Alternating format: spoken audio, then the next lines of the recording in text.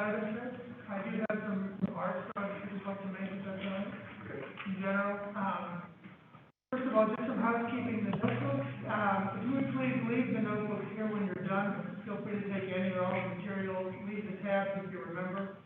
The idea is this makes it a little bit easier to flip through the items in the meeting without having to, something to find the pages. We'll see if this works or not. If this doesn't work, someone's going to walk off with their notebook. It won't be the end of the world, but if you can remember to leave it, that'd be great. I'd also like you to know that on the 28th, the chair and I will be at the Board of County Commissioners. Ask that we update the commission on our plans for the upcoming year. So the chair and I will get on what time next, but I'm sure you can watch it on TV or Facebook, and we will try to come up with good information to say before that is our next meeting. Mr. Chair, if it's okay, Commissioner Brizzi is actually here. I think she's the first elected official since I've been here, besides all of you that have taken the time to come to our meeting. So I'm happy just to give her as much time as she needs right now. If she'd like to make some comments.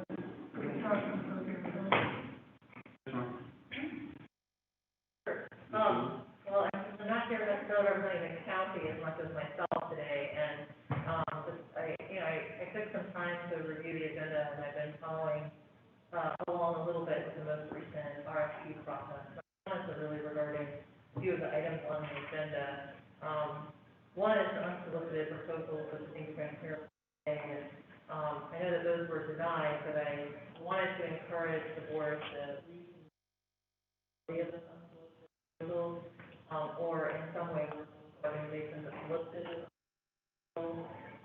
to think about the possibility of that youth development center and what they're trying to create at the neighborhood. It is a really important part of youth development for us to be able to have a place that those organizations can meet where the children can come, and having all of them in one spot under one roof and having the collaboration of those areas assets, not only to building more capacity for youth development and then being able to share resources with each other, but also for us to begin to adapt and to hopefully be a place that can begin to do a broader assessment of what we're doing. The other thing that I guess I haven't heard all the things that are on the agenda. The thing that I wanted to comment on directly was the RFP process. I know that you all expanded it from, a 6-day to all that. I got a lot of calls from organizations that were really frustrated and upset with that process.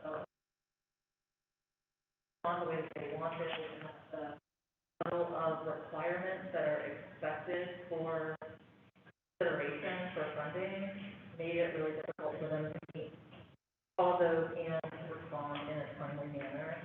A lot of the organizations that we have in our community that are doing youth development, probably know, are very grassroots. We have some established organizations that have a proven track record and they're doing amazing work. But a number of them, even the long-standing ones, are grassroots. They have very little administrative staff, if any, and they have very little capability of jumping through the kinds of bureaucratic hoops that we're now requiring. I recognize that those are regulatory, and I recognize that they're important in order to protect the health and safety of children. But I know that you have capacity building on here, but I just want to encourage people to think about the fact that those grassroots organizations don't just need some capacity building collaboration, but they need capacity building and technical support to be able to jump through some of these hoops and meet some of these guidelines. And the final thing I wanted to say is that I really hope you'll reconsider the idea of secondary organizations being funded. I used to be on the board of a secondary services delivery organization, what is being considered a secondary service organization. So you all right now, the way that it is like if you're a direct service provider, meaning that you have the same set of kids every day that come to your after school program, and you're meeting with them every day, and you can get funding. If you're doing a drop-in program or a one-day-a-week program, or you're delivering a program through an after-school program, you're considered like a secondary provider. You're not, and so we weren't, qualified for funds. And the challenge becomes that many of our, what you would consider secondary service providers are actually primary service providers, and it's just that their programs are not structured in the way that it is an everyday, like after-school programming, where you might think of something like EDEP at our schools. They might be doing a one-day-a-week program, but they're doing it at Caring and Sharing 1 week, and at the Small Business Association 1 week, and at Little Meter Johnson Center 1 week, or they might be doing it 1 day a week rotating around, and they would not qualify for your funding. And for them to have to go to each of those organizations and ask each of those organizations to write them into their proposals, to do all that budget administration of 15 different organizations, giving them some small amount of money from their primary budget, and the lack of autonomy that it provides for the secondary organizations to do.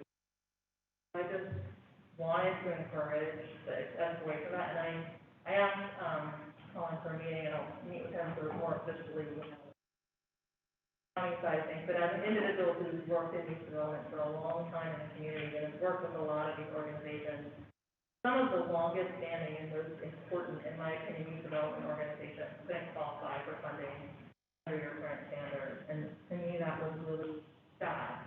And when I talked with them, and I about what I know about the organizations and how much good work they do, I just wanted to put it out to the board to kind of reconsider those few things when they're thinking about their RFPs and when they're thinking how they craft technical assistance and support in the long term for building that youth development foundation.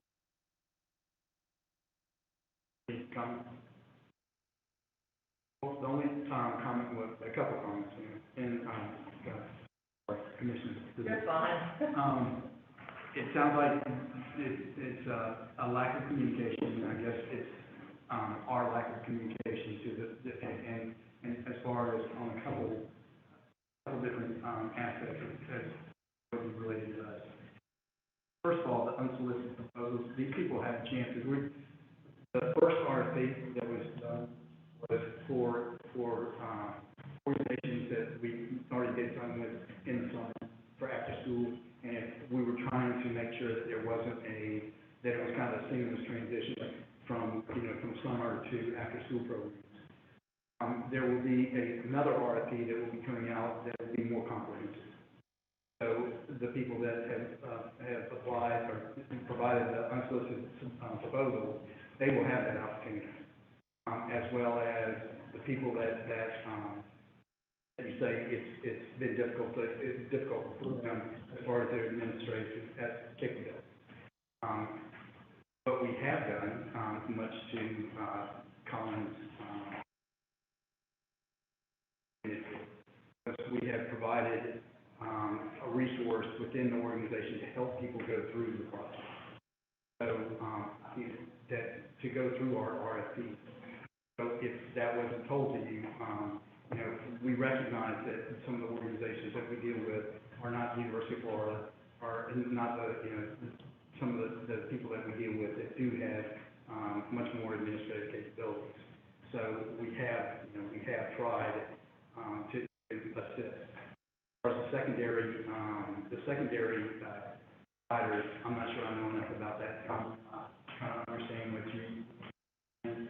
I don't know whether it can be folded into, if they come and visit another provider, whether it can be done that way, but they still have to go through some of the hoops before, as far as the regulatory stuff, as far as around children, or they've got all the things that they keep, all their ducks in a row, and be around children.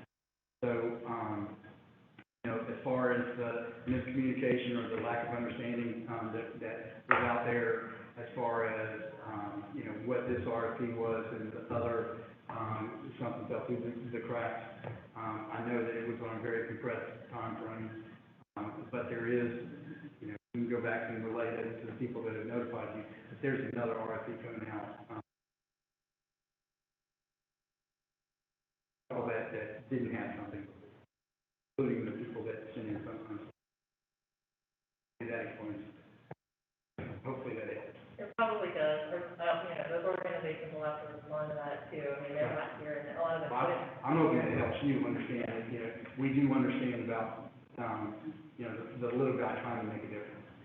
That's been crucial to this board, to make sure that it's just not, you know, biggest providers, who have all that, who have all the everything at their disposal. There's people out there that don't. They're doing good work, and we want to make sure that they have the opportunity to be our client. And thanks for being here. Appreciate it very much. Yes.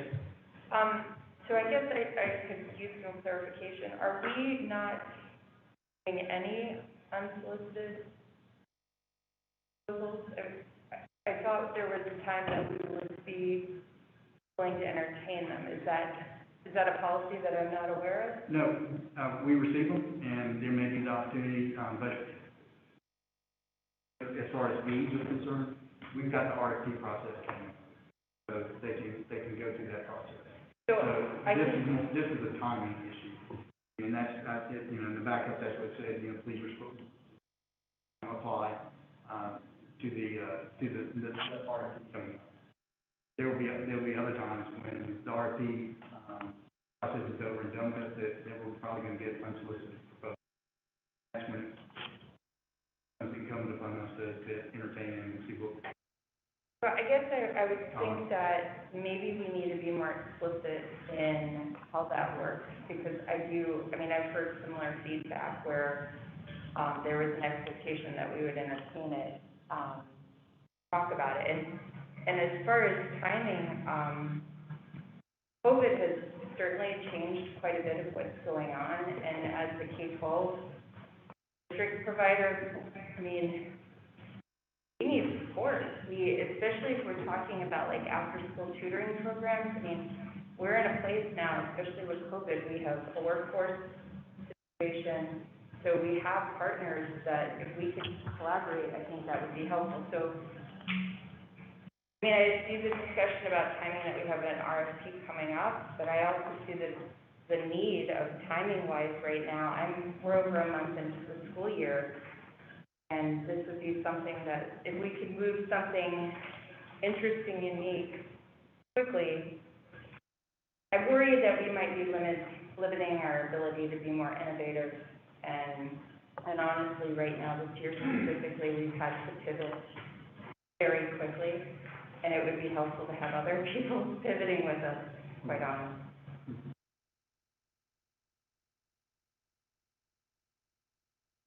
And maybe you can address this. Thank you, Mr. Chair. So I appreciate your comments, and I have some concerns myself about unmet needs and addressed as well. I guess I have a question though, in terms of the listed unsolicited proposals. What's the status of those as of today? So item 6, Right. I give you the status, I give you the proposal, which I think you were the one that asked for them, and I Right. rejected all 3, and I gave the reasons. 2 of them have been recommended for funding in the RFP.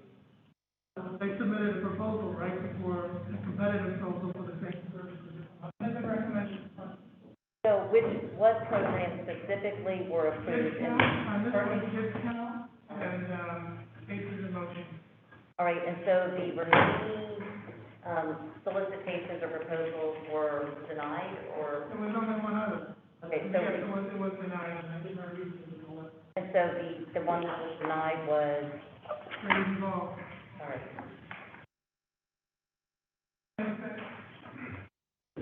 Can you just, I understand there's a letter, but can you summarize the reason why that was denied?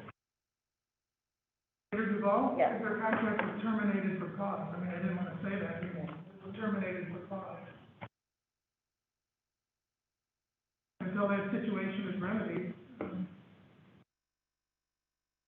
Right, as to the other listed proposals, the ACES so ACES in motion was approved? It's been recommended for,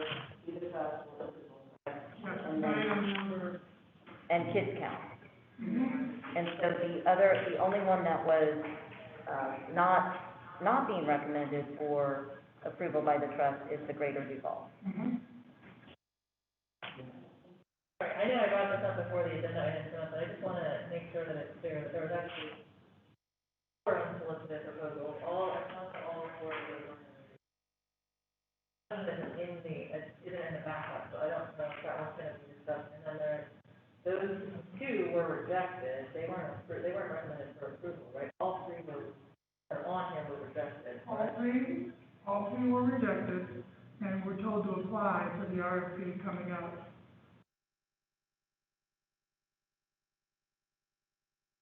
Like the one was that when we came up with the unsolicited proposals, I think it was Dr. Labarta that insisted that accepting unsolicited proposals was.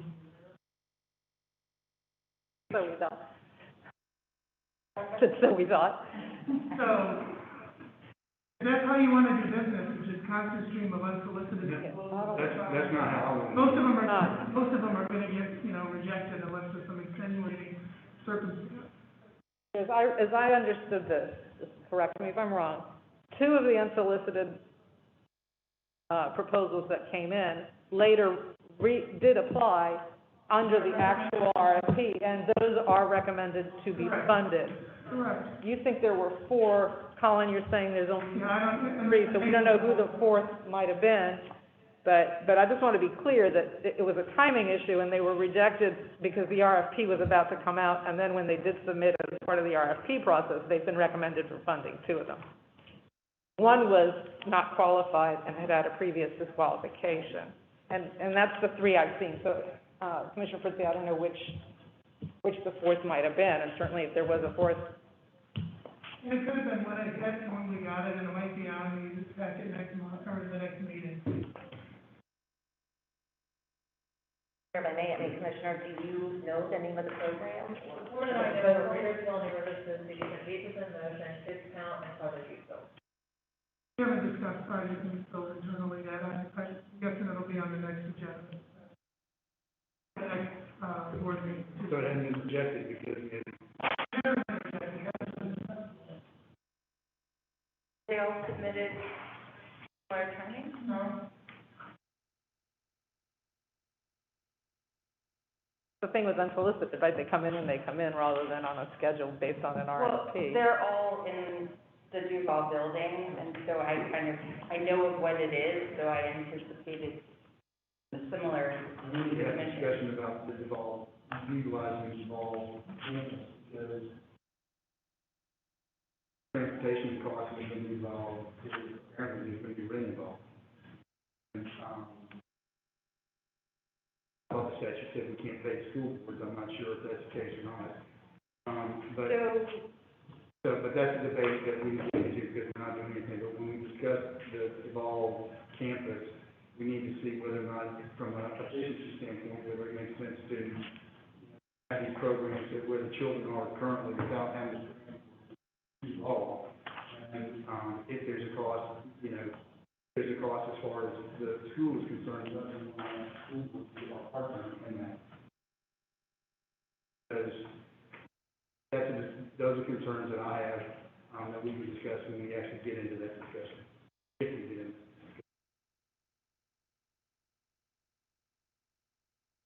My understanding is that our attorneys spoke with the attorneys to discuss how that would work.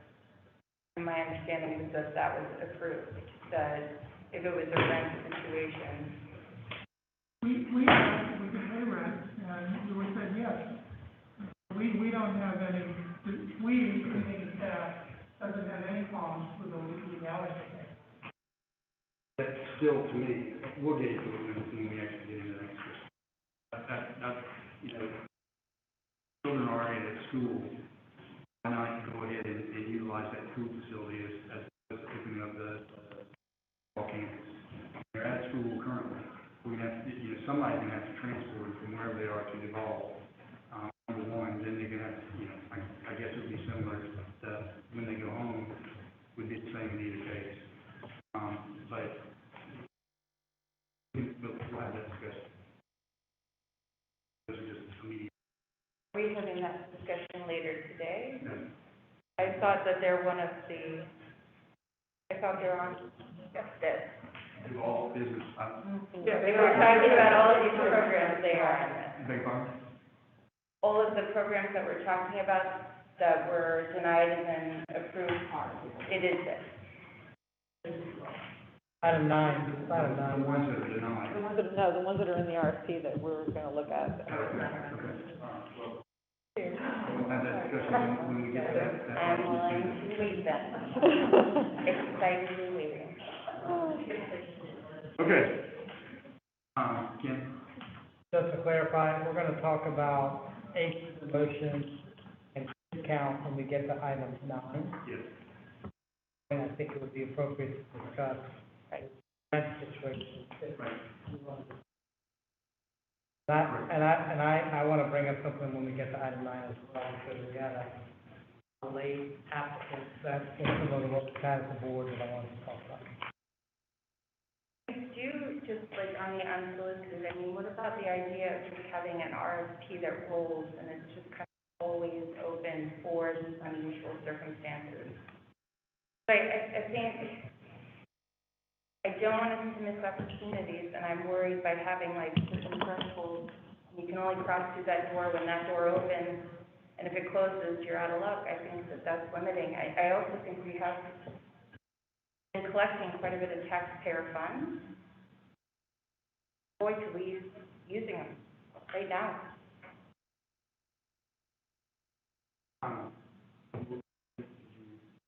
Well, yeah, along that same line, I don't know if we're here, I had no idea about the unsolicited, proposals, but a few meetings ago, everything's running together. But I was a little concerned that for after-school providers had not had an RFP out for them to even apply for money, and so summer funding was running out, and people were calling.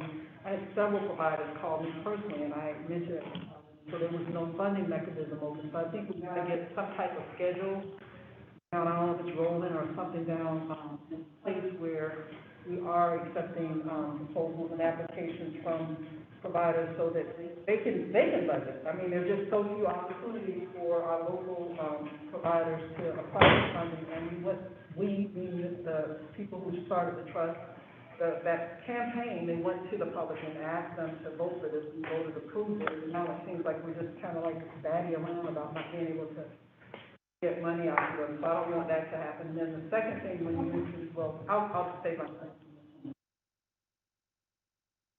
I was very concerned about us not having funding out, prior to school starting, and those programs that operate in that after-school space and have been, and they've been trying to eke out a living from CAP and other funding sources.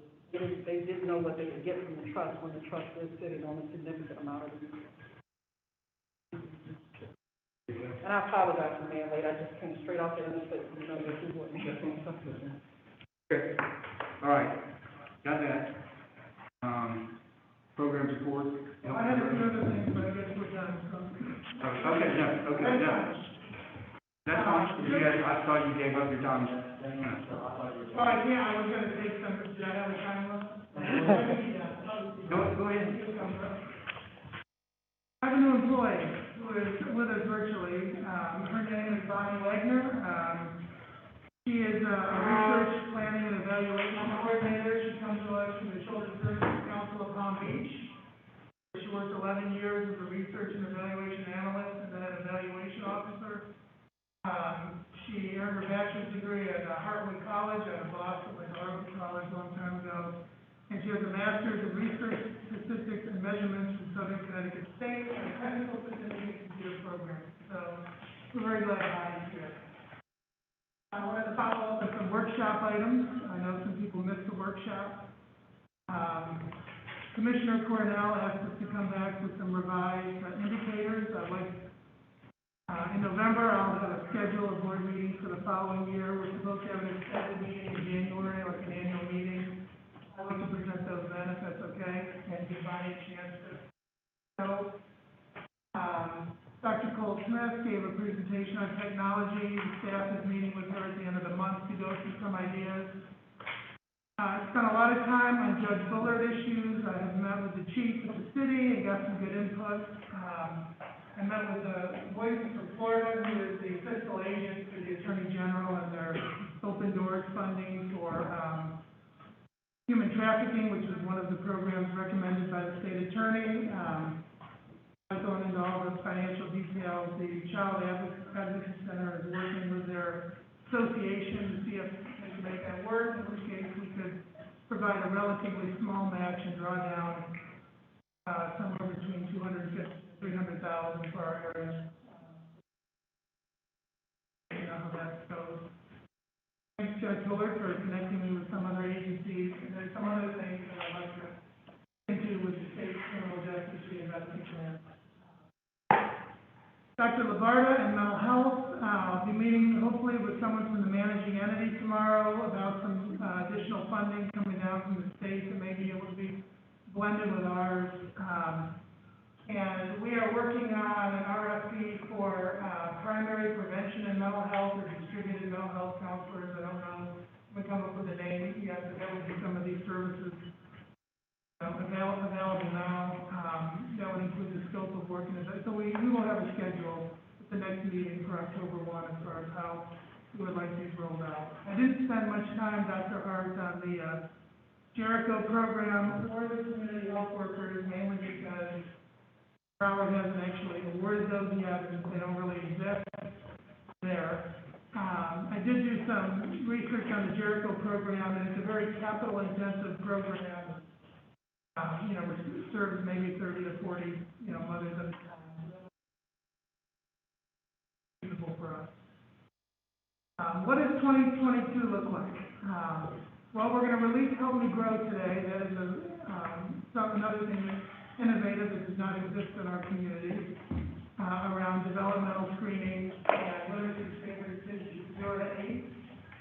We connected with Dr. Schneider, and the Zucker Center was contracted to look at the issue of screenings in children throughout the state, and so we plan on incorporating that report and making the responders consider some of those recommendations in their response. So we're pretty excited about that, and you'll have to have some capacity to respond. In the programs report, you'll hear about the Youth Development Capacity Building Collaborative, which is to get people ready to apply for the next round of summer funding and then after-school funding. I can appreciate everyone's anxiousness to get money on the street for those types of programs. We found out during COVID, when we tried to fund learning pods, that many did not meet the legal requirements to receive our funding, and the trigger is our funding. Our funding is the trigger, being a grant or a fee for service, as opposed to straight donations that require some extra legal. So yes, we're going to have this capacity building to make sure everybody, big or small, who want them all, can be able to respond and legally receive our funds. The next meeting, we're going to talk a little bit more about some recommendations we're going to have for some of youth employment, how we're going to proceed. I already spoke a little bit about mental health, but we're also going to, there's one category we haven't spent a lot of time in, and that's violence prevention. So we'll have some recommendations around there. I already mentioned summer and after school around the corner. So how do we compare? How are we doing? In item 11, I included the city of Gainesville budget and proposal for their own youth development committee. They're going to, in their budget, once it's approved, I think they have the first hearing set up. Anyways, they're going to invest a total of $700,000 a year. $350,000 this year, and then I guess $700,000 next year, and really spend 2 years staffing up a new youth development department at the city of Gainesville. Don't know all the details except I did speak to Commissioner Ariel at once, and then tentatively Commissioner Ariel at once. They're literally going to spend 2 years planning and staffing up, which is. And they also have mentioned in their proposal partnering with the YMCA, local hospital, one-stop shop for services. I think it does take, having done this, not having put together a brand new government, and now having done it, I have to tell you, it was a little bit harder than I thought it was going to be getting going. It certainly wasn't made easy by the 40 contracts that were issued before we got started, but we managed it. In 18 months, we had given out, we hired 10 employees, all the policies and procedures, security facility, and assuming that the trust approved our after-school recommendations today, was given out $4.4 million. So We can always do more good, more sooner, more faster, no question about it. There's no question about it. But that's the only thing I had to compare to, and, I think as a board, you should be proud of yourself. You've done a really good job in a short amount of time. That's all I have for my comments, Mr. Chair, and I look forward, to the program. Thank you. Any questions?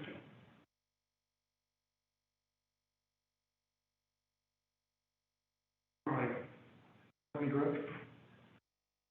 So the first presentation, in the program department is going to be Help Me Grow RFP, and I'm going to turn it over to, Nia Jones.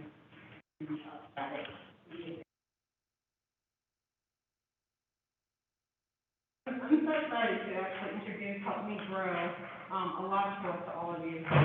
Help Me Grow Florida is based on an evidence-based system with a national network of more than 28 state affiliates that receive ongoing technical assistance from the National Center to support implementation. Help Me Grow is an affiliate of the Help Me Grow National Network. Florida joined in 2012 and established the Help Me Grow Florida State Coordinating Office in 2014, and it's based in Tallahassee under the Florida Children's Forum IMP. Currently, there are 12 affiliates and they serve 36 counties, and we'd be number 37. I'm asking for a total award of $220,000 to implement the Help Me Grow Florida system. The terms of service, this contract would start on January 3rd, 2022, which means that the first year would be just 9 months with a renewal for up to 5 years. Eligible applicants are governmental, for-profit, not-for-profit, faith-based, and the target population is children birth to 8 years old in the family, child health care providers, early childhood assistance partners. So this shows our proposed timeline. We're hoping to release this tomorrow if it's approved by the board. Our bidder conference will be October the 1st.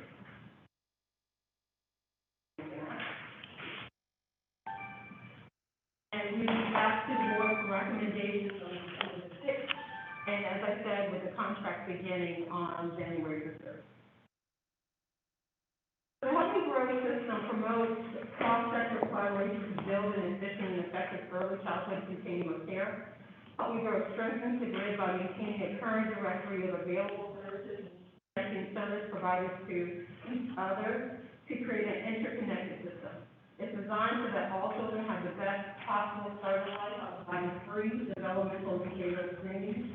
Help Me Grow is available to all children, including those families who have concerns or simply want to learn more about their child's development.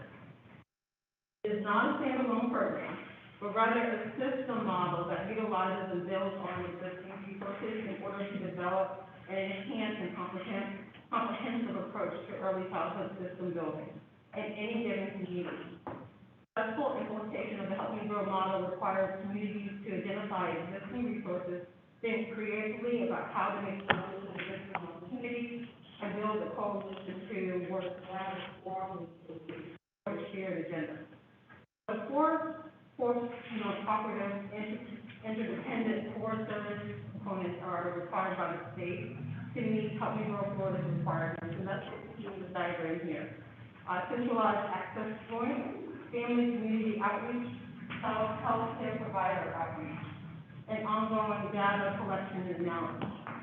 For the purpose of this RFP, one of the things that we're wrapping around that is that any successful applicant will ensure to apply a racial equity, diversity, and inclusion lens and strategies across all the service components required within this solicitation. We're also looking for them to also look at a literacy assessment and service linkage because of the third grade reading component that we've been working on in the state of Florida. And lastly, sustainable funding development to expand available funds for Help Me Grow Florida so that they're able to sustain in our community.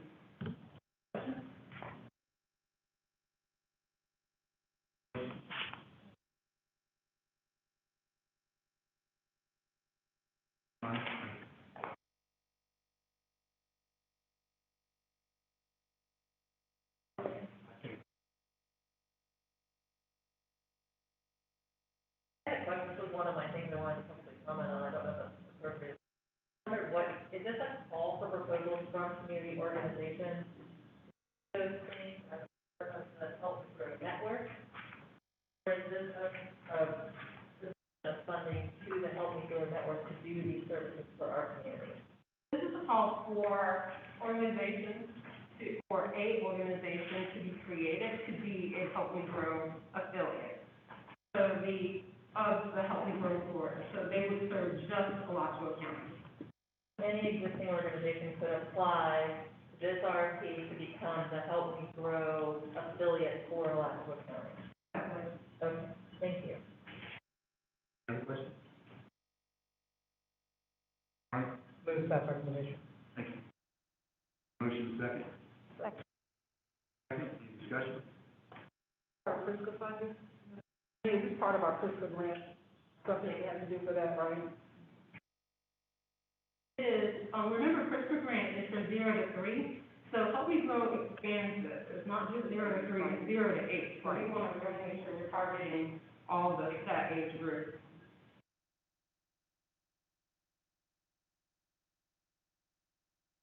All those in favor of the motion? Aye. Those opposed? Okay.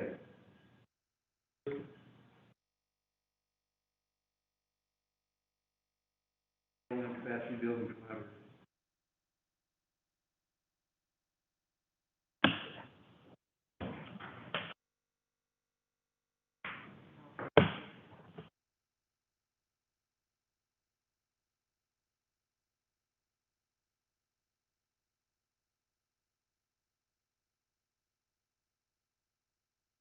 So, this presentation is, for the youth development capacity building, collaborative that we've created. We thought this was a great opportunity to work with many of the, very organizations that Commissioner Pritzker is referencing. It's going to be an opportunity for us to work directly with them. We had some experience working with some of the smaller organizations, helping them through some of the requirements of the state, so that they can finish out, their contract with, Summer.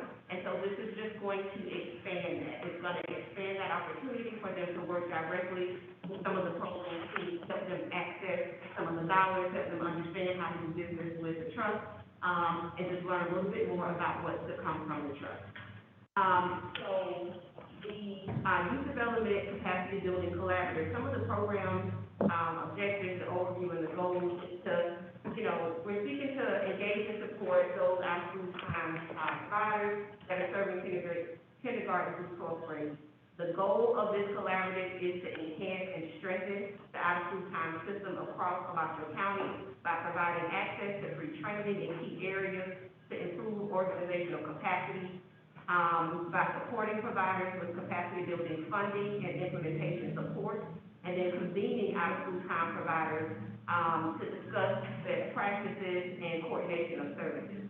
After attending these trainings, out-of-school time providers will be able to develop a capacity building plan with a focus in the areas of program access, program quality, and organizational readiness and preparation for future CPAC funding.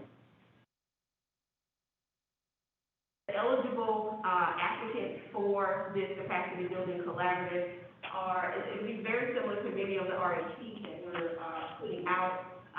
They have to be, qualified to conduct business in the state of Florida. They can't be, the Alachua County Public Schools or the charter schools. And the applicant has to have experience working with out-of-school time students. We want to work with organizations that are promoting positive youth development and safe and enriching environment. An applicant must plan to offer in-person out-of-school time services for after-school 21-22 and or summer 22 for children in grades K through 12. Also, to be eligible for after-school and summer contracts for fiscal year 22, providers must also participate in this collaborative. There are going to be three main activities for this collaborative, and the first one is the participation in the required provider training. The training will, equip these providers with foundational knowledge needed to develop and implement a capacity building plan.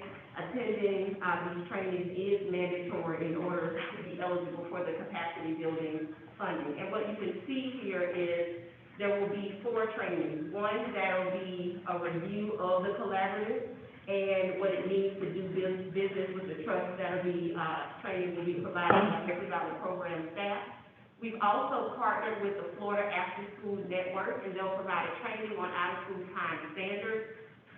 We partnered with our local, Early Learning Coalition, who will provide training and information on the school readiness contracts and that process, as well as, DCF for licensing and the exemption process. The second activity, is developing and implementing the capacity building plan. So after training and approval, providers will develop those plans and will have the opportunity to request funds from the trust.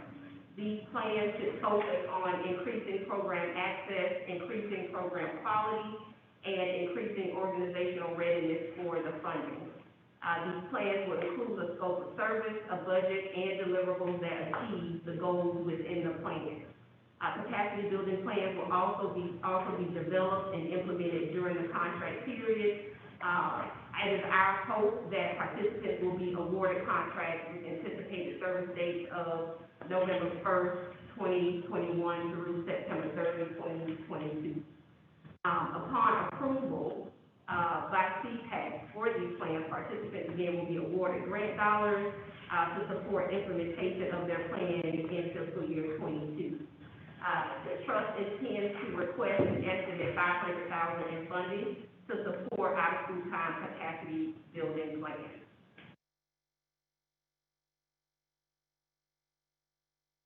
The third activity is participation in the Youth Development Collaborative.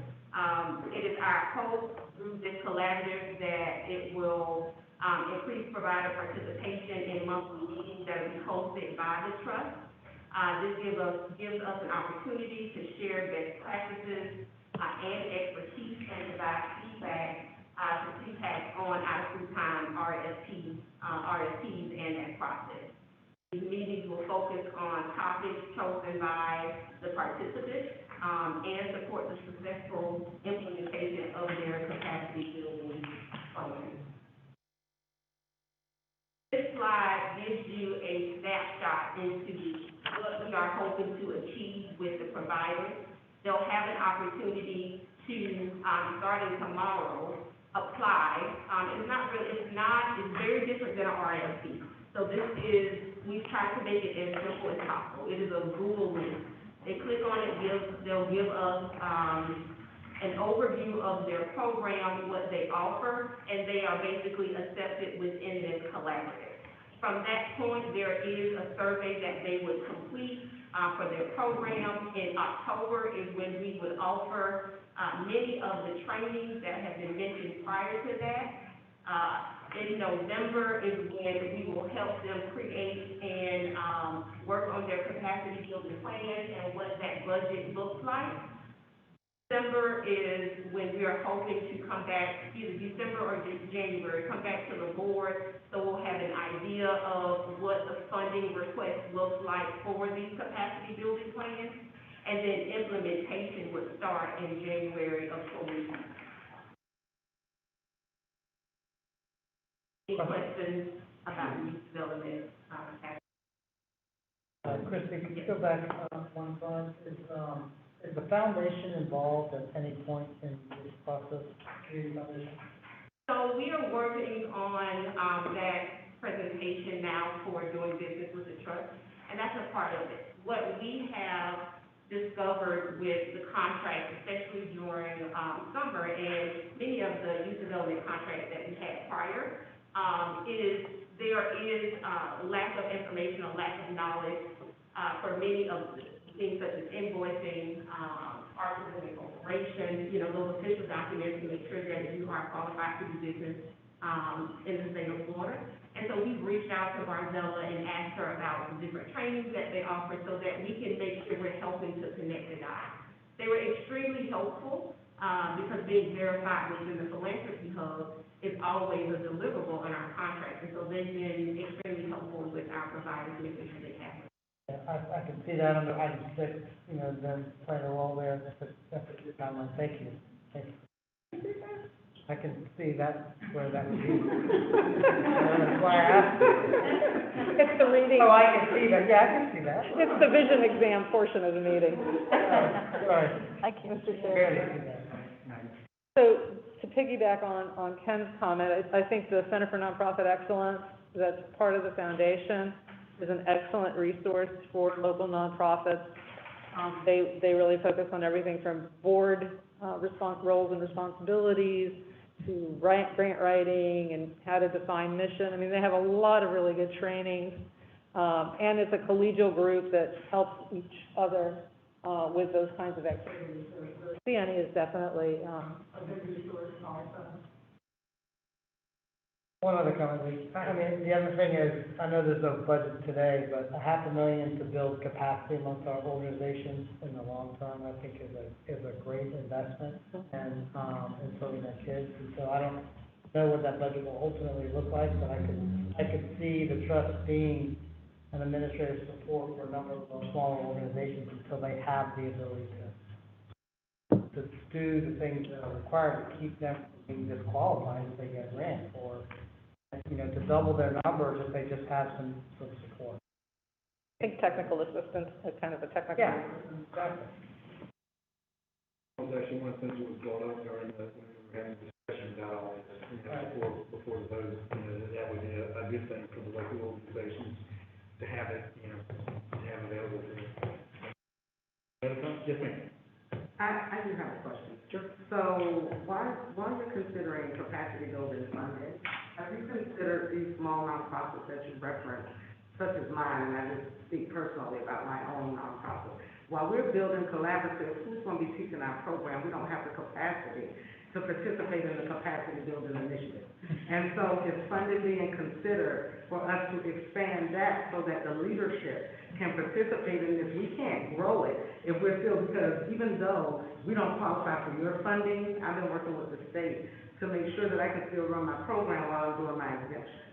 And so I still have kids that I have to impact, and I have a community, because we're late now, that keep calling me about their programs because their children need help. So who's going to be teaching our children while we're attending all of these meetings and trying to jump through all these hoops to get this funding and get in a position so that we can receive children's trust funding? So what we did is, most of our programs, if they're out of time, we schedule all of those trainings, for no more than 2 hours, and our partners have already explained that my training would probably only be an hour, but we added another hour to, include Q&A, and they're in the morning, so that we're trying not to interfere with, services that are happening after school. We do realize that, it will interfere slightly, but what we've done is we've tried to limit them. It's only 4 of them. We've tried to make sure that they are, spaced out, so that they're not back-to-back, to try to prevent that very problem. Unfortunately, a lot of us work in the morning and then learning programs in the afternoon, so that still becomes difficult because some deep sacrifices have to be made. Yes, ma'am. I wanted to interject, and kind of piggyback on what you stated. So I think part of, and I'm always frustrated when I come to, I want to be clear, because I'm one of the boots on the ground people. And even suggestions that are being made, it shows that people are not actually accessing those. So like Center for Nonprofit Excellence was mentioned, that's not a good resource for people that are boots on the ground. Being a person who pays the membership is willing to have that. Additionally, even as we're talking about, and so I want to be clear, I was not in favor of the Children's Trust proposal when it was on the ballot. And I was not in favor of it because I was very clear that there were going to be barriers for the people who needed the funding the most and the people who would make the most impact. And that's exactly what is happening. So let's be clear, it sounds great that there's a DCF injection process. That process takes months, 6 to 8 months. And typically the people that have to go through that process are people who had charges as juveniles and charges 20, 25 years ago. So, and there's more than one clearinghouse. So I want to be clear as we state to that are level 2. There's the one for the Department of Health, there's the one for agencies for persons with disabilities. DCF being the most rigorous. Being a boots on the ground person, the people who are going to make the greatest impact that we actually need, which are our kids that are killing each other. is the people who have to go through the DPS exemption process. The frustration is everybody's making decisions for people without the people actually at the table. And that's why we're not making the impact that we need to make. We're refusing to engage families because we don't think that they're capable of being engaged. When we have, I have a proven track record of engaging the most difficult families in order to get them to the table for advocacy in order to support this particular program. So $500,000 is a very small investment, but the issue is the manner in which the funds are, number one, are being allocated, and number two, who has the power? Who's making the decision? Even as it relates to the training at the, for Community Foundation, I've been working with United Way. United Way also has funding. So these are things, and Colin and Christy are aware of, that we've been working on behind the scenes, but the people who need to be to the table and at these meetings are not. And many of those reasons are because we're at work. Two, we're juggling 3 and 4 things. Most of the people who provide the best support for our children work multiple jobs. We need to change how funding is being done. We need to figure out why there are the trust has more barriers than any of the other funding programs. And we need to understand that. Even when I hear a lot of the funding, well, we listen to the state attorney. Well, I want programs that are beneficial before the state attorney ever gets involved. I want programs that are beneficial before the public defender ever gets involved. I've identified 27 organizations that provide those services, but they need hands-on technical assistance. They need somebody holding their hand because there's a learning curve that comes with board development and implementation. And even with this board training, there is not going to be that. In addition to what she said, there is no or limited capacity because we keep expecting the people that are providing the services to do it for free. And so what is happening is the only organizations that are being funded are ones that already have money and that already have capacity, and we're failing our children. Do you have any suggestions? I do. I'm actually here to talk about that because one of the things that we're working on now is a collaboration with the Duval School in order to do a Duval Community Partnership, where there will be nonprofit incubation that's actually there. We're leveraging the existing partnerships that we actually have, and we need to develop and actually track better metric systems and actual outcomes. And so with the 27 organizations that we actually have identified, we're helping them to also maximize each other's capacity. Where one might be good at grant writing, the other one might have more staff in order to provide services to show them how to work together in unity. But also understanding that all of the trust funding is only for certain age groups. When we benefit those age groups, we benefit the entire family. Duval is a perfect location because you have the opportunity to actually address food security. In addition to addressing food security, you have the opportunity for incubation. You have the opportunity to actually serve children from ages 0, because the daycare center was already there, to ages 18, but then you have other programs, which is one of the ones that's already there, which is youth skills. The 3 organizations that are currently there, they put up proposals for funding and they're all denied. That's not a benefit. The reason I came today, as we're working on that proposal, is to ask you that. What is it that we need from you all in order for you to approve our funding request? What is it we need in technical assistance? Well, let me start from what I say. 2 of the things were approved, and the other we haven't proceeded. You feel we haven't proceeded. Exactly correct. But it went back to only for a particular portion. So there's a larger portion. I'm aware, I'm working in collaboration with them and with Aces in Motion. So even as I say that, and there's been a lot of backwards and forth. And so although you've not seen me at forward facing, I've been one of the people that's been behind the scenes trying to make this work. Okay. And that's why we're here today, as we proceed forward for this proposal, in order to, and one of the things that we have. We'll get with that in just a minute. Okay. We just, okay, so, You have a motion? I'm- To approve the 500,000 for the capacity building, is that what you're asking for, Christine? Just, Mr. They're gonna bring that Chair, you back. have a comment from the commissioner, Mr. Chair. I just had a question about the capacity building collaborative. Is there funding in that $500,000 to pay the organizations to participate, or for them to have some kind of funding? Is that part of the $500,000, or what is that, what is that for? Well, they haven't gotten that proposal yet, but go ahead. The $500,000, there are a few different areas that it'll cover. It'll cover staff time during that time frame, so, yes. Okay, awesome. So it covers, so if they apply and they get accepted to the collaborative, they get funding that'll help support staff while they're going through their trainings and everything? So the capacity building plan is submitted for a few different months later. So are you asking, will they get paid for their time to participate right at the year? Yeah. They have to go through the training to determine the different type of assistance that they need, what capacity are you looking for, what do you need assistance with? And staff time is included in that. But I think you're asking if they would be funded or paid, their time paid right then and there. I haven't read the backup material, so this is the first I've heard. Is anyone who is looking for out-of-school time funding required to attend the 4 meetings and participate in some way in this capacity building program? In the same way as everyone, or is it? So there's going to be some agencies that already have, for example, we'll take the DCF training, they already have their license, so they're already using it. And so they wouldn't necessarily, if they already have that documentation, they wouldn't necessarily have to go through that training again. So there are some, exceptions.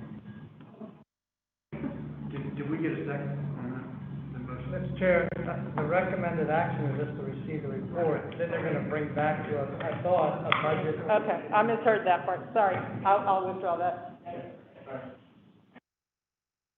I have a question. Why would we pay people to participate? We pay everybody for everything else. What's the reason? I didn't hear the question, Ms. I would- I would like to know why we wouldn't pay organizations who are already doing the work to attend, because that would actually help with capacity building for a lot of small organizations. But could we build a Yeah, stipend, an attendance stipend, and I I would support agree, that. I would support that as well. I think that's very important. I'm interested to, are there ways that any of these trainings, we could build it where it's like an asynchronous class and we have a location and they could access it? Like, do they have to be live? Do people have to be there? It's still like a training, but it's not on these certain hours on a certain day. And also, if I wanted to move through fast, open up a weekend at the library and crank them out. Can I do that?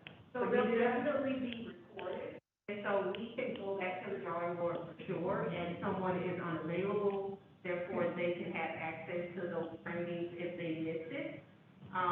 So that then you're not, it doesn't exclude them from the process because they were. Something just to plant a seed of an idea. I mean, we're building a lot of Canvas courses and we're really getting into online education and assessment. It might be a great opportunity for us to try to collaborate to actually build these classes, and then we could add to them if you wanted, but we still need to think about it. The other thing that Carla brought up, I think is incredibly important. It seems like we have some structural obstacles as far as access and people who need additional support.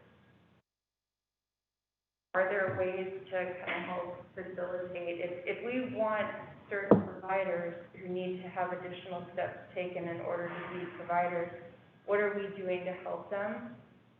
Can we? So what we were able to do over the summer is we scheduled time for those that needed it. And they were able to come into the office and, Dion and Melissa spent time with providers. The biggest issue over the summer was going through the clearinghouse. We had providers that didn't quite understand how that worked, and just needed that additional technical assistance. And so they scheduled time for providers to come in and they helped through that process. I guess I think I'm more thinking of the exemption process, the DCF exemption process. So we have not received any requests, but what we have done is we provided a provider with the necessary application. Now, DCF also has staff that walks them through every single process.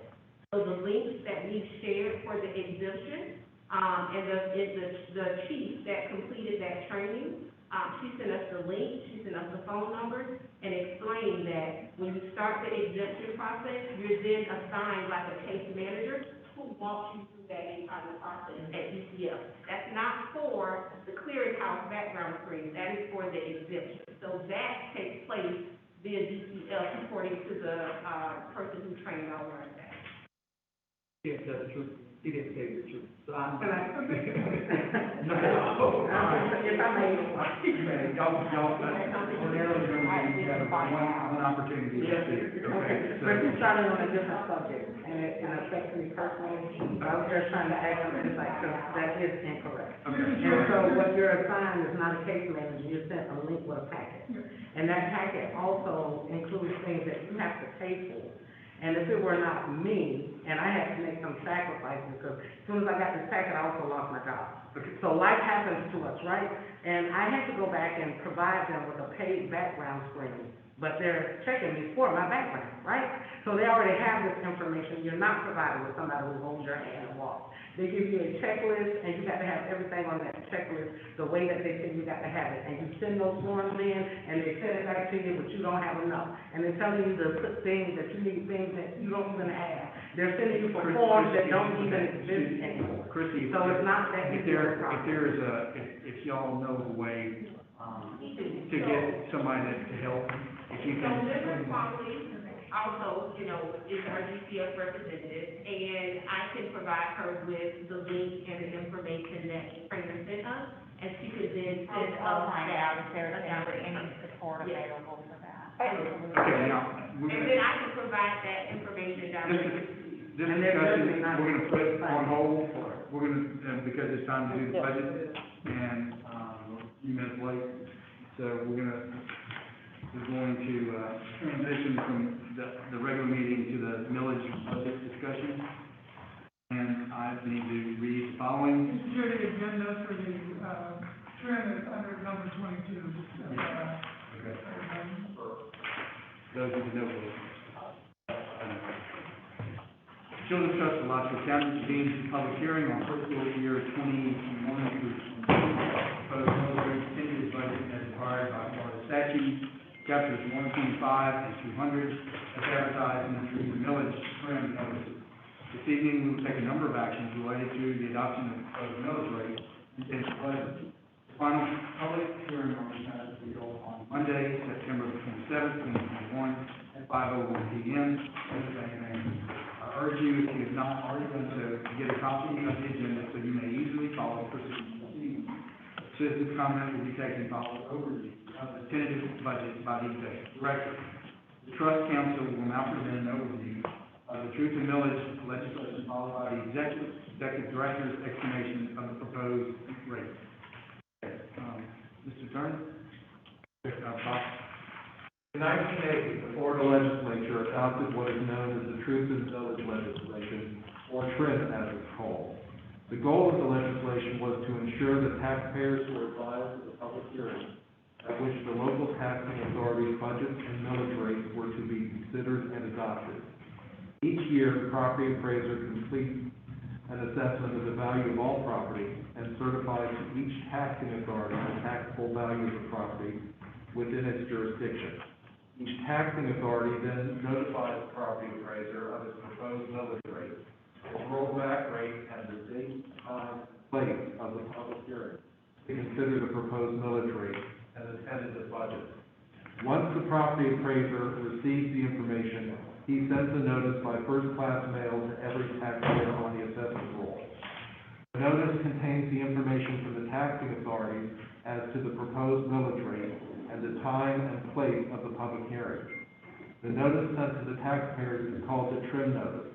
The TRIM notice lists what the taxes were for the prior year, what the taxes will be if the proposed budget changes are made, and what the taxes will be if no budget changes are made. The purpose of the TRIM notice is to provide taxpayers with sufficient basic information to enable them to participate in the public hearing process.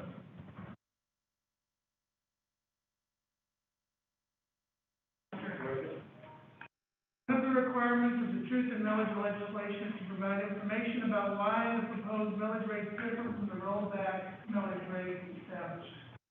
Proposed millage, for the Children's Trust of Alachua County is, 0.5000 mils. The rollback millage rate is defined as the millage rate which is exclusive of new construction, additions to structures, deletions, and property added due to geographic boundary changes, will provide the same ad valorem tax revenue for each taxing authority as was levied during the prior year. Proposed millage rate provides for the future programming needs, adequate staffing, and planning for future facilities. Trim process requires that a notice of tax increase be advertised when the current year proposed aggregate millage rate exceeds the calculated rate of rollback millage rate. I'm not sure if I said that right. The aggregate rollback millage rate is calculated by dividing the prior year estimated property tax revenue by the current year taxable property tax revenue multiplied by 1,000. Current year taxable value does not include new construction. For the 2022 tax year, the rollback rate calculation is 0.4808 mils. The proposed millage rate represents a 3.99% increase over the rollback millage rate. A notice of tax increase will be advertised for the final public hearing. Mr. Chair, the total Children's Trust tentative budget for the fiscal year 21-22 is $8,432,380, which is a net increase of $112,297 compared to the proposed budget approved on June 14, 2021. Details of the changes are reflected in the fiscal year 22 tentative budget included in your agenda packet. Summary of these changes are included on the last page of the budget document. Adjustments are attributed to the change in the certified taxable value for the adjusted value. Mr. Chair, this concludes my component on the changes that were made to the tentative budget. I would be happy to answer any questions about the budget at this time. Would now like to invite citizens to comment on the fiscal year 2021-22 proposed millage rate and tentative budget. If you have not yet submitted your comment card to the clerk of the trust, please do so now. Members of the public recognized by the chair will have 3 minutes to speak on the subject. The clerk of the trust will function as official timekeeper. Members of the public may not share or transfer all or part of their allotted time to any other person. The hearing will continue until everyone who wishes to address the board has had the opportunity to do so. Okay. Clerk, do you have any comments? Any comment cards from anybody? Just say let's go. Anybody from the public like to discuss? All right. Members of the board? Move resolution 2021-11, adopting the proposed millage rate. Motion second. Any discussion? Okay, I will go forward, after discussion with the, executive director, recognizing that, we have in budget this year and what we have in fund balance. We have approximately $9.2 million at the beginning of the year. If I read it correctly, fund balance, we need approximately, probably at the most $2.5 million, and that's counting $4 million for the, for building at some point in time. It's $7.5 million. In my opinion, we're not looking at the other part of this equation with people who pay the tax. Inflation is going up, and the taxes are going up this year, and I'm not going to support the thing. So, with that, all those in favor of the motion say aye. Aye. Opposed, no. Motion carries, whatever they want. Mr. Chair, I want to note that I abstained from this. You should have a roll call vote. Okay, thank you. All right. Ashley? No. Aye. Aye. Aye.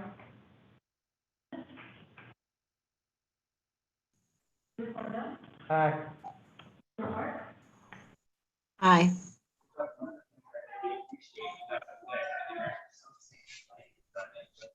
Aye.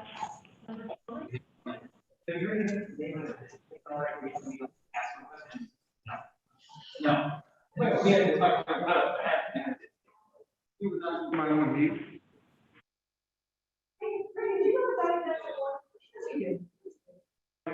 Somebody needs to mute their,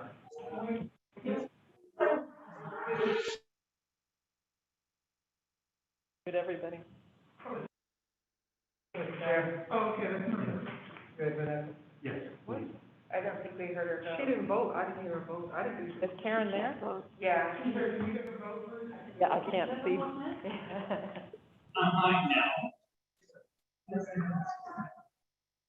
Dr. Smith, you vote for the millage rate? Aye. There you go.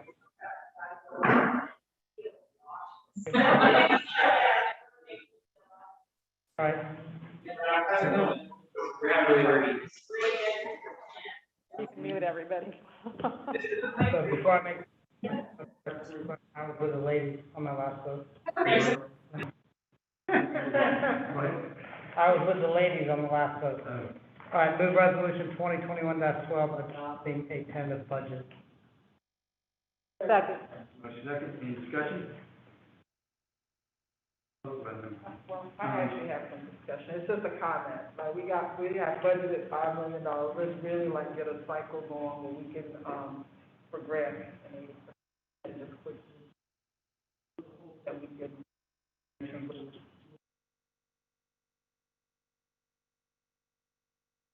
That we're assessing and Yeah, buy a building. yeah, and well, I don't know if we need to buy a building maybe, but I also think that we have flexibility for expanding programming that's working, building capacity, and even on the next item, you know, we might think about when it makes sense, adding money to that part of the programming budget, because we have it. To clarify, are you referring to the 500,000? The next item 9, the 500 is gonna come back to us, and we'll see, but that could be, yes, an opportunity where maybe we need more. Yes. And I think, you know, when I'm looking at what staff's bringing back over the next year, I'm gonna look at the fund balance that we're utilizing, but also what we have available. And Lee, I hear what you're saying on the rollback, but what I thought this year was, as we're establishing programming, we need to have those funds available while we have such a great need in our community. And until we have our systems and RFPs in place, and we know that we're funding that need, I just wanna have that money. Well, the only problem, Ken, responding, is that whatever's in the fund is one-time money.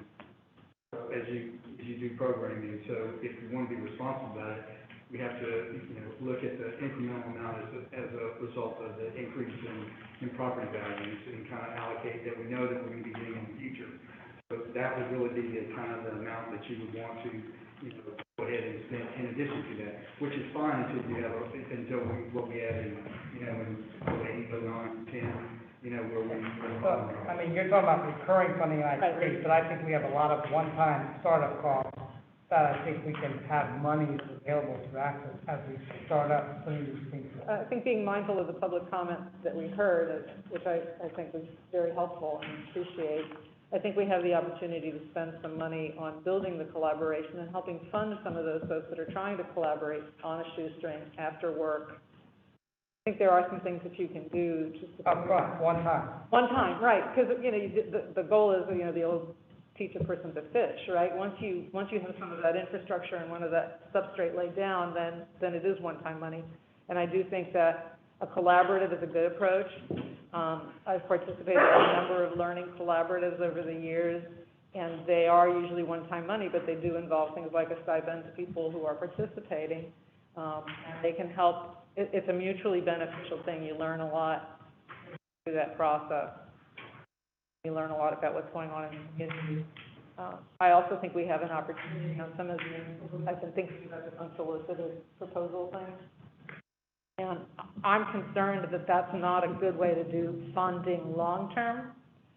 But I think as we're trying to get up off the ground, if there are some emergency needs, some urgent needs, if we can develop some consensus around maybe there is a pot of money that shrinks year over year that we allocate to that as we get going, because there may be some community crisis or community stressor, Dr. Simon was describing, that can be funded out of that without it being, because I really don't believe that it's good discipline as a funder to just have a process where you set some goals and you set some funding priorities, but then you kind of willy-nilly go outside of that when you bring in unsolicited, which is my comment, which should be, it should be the exception, not the rule.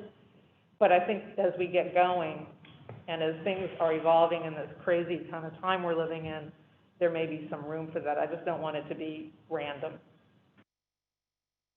And I concur with those remarks, because we're talking millions of dollars that are available. So I understand the frustration of these grassroots organizations who are doing so much for the youth in our community and need that quick fix right now. So I think we certainly need to provide clarity for these programs, as to the requirements, and also provide as much support and assistance as we can, because there is a dire need. As you know, within the constraints. I mean, there are some real constraints about what we can and cannot do with the money, and I do not, and I think we have to be sure that people to whom we're giving money, it's a sound investment.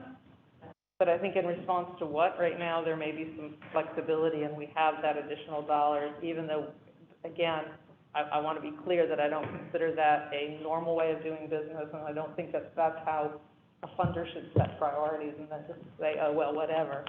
But I think we can recognize that there may be some room for that in this current environment. I was pleased to see that two of the people that had this unsolicited actually fit into the RFP we issued, right? So it was a consistent message with our priorities. Thanks. Anyone else? I just have, sorry, can I? Sure. A couple of things that I heard that I think are important for us to think about around this one-time kind of thing. The support for participation, and I think Lieutenant Simon's ideas around universal availability of what I would consider to be professional development. That's what we're talking about in capacity building. The other thing that I hear constantly, and it's not, I know nothing about youth development, but it's the same story in early childhood, and that is some navigators for folks who are doing the work and don't really care about the complex systems and rules and regulations, and need some help and support from some navigators who can help them to reduce some of their burden. I think that's really important to think about in that capacity building plan. Then I think what I heard you all talking about was really evaluation of effort initially, now that Bonnie's on board, really having the opportunity to think about satisfaction of people who are part of the collaborative to inform continuous improvement, but also thinking about, is the collaborative improving efficiencies in these organizations, and is it having an effect on program quality? And those are all effort things to me, thinking from a RBA framework, and then we'll get to being able to look at effects. Those are some suggestions I have for some of the conversations we've had today, and I appreciate y'all's comments, because it's the same story if we're talking about birth to 5 or sounds like youth development. So. Yeah.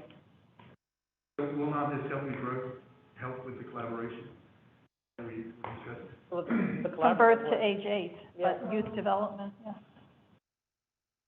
Well, there's a lot said. I'm not sure. I've lost my place of what I wanted to comment on. So are we still on the budget? What do we have now? The budget.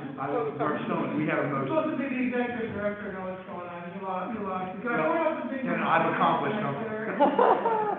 So if you go on the budget, I think, I'm referencing, member Turton, I think it's looking at page 35. And if you look, there's some things that tie together, several people said. I'm having trouble hearing everybody, I'm sorry, I'm doing the best. That's fine. The math makes a difference. Okay.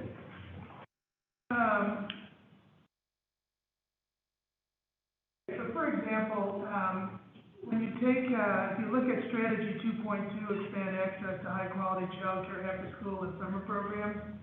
So to tie together what, Dr. Snyder just said, it's really the same, right? I mean, a lot of the principles in youth development are very similar to what's being done in the early childhood coaching program.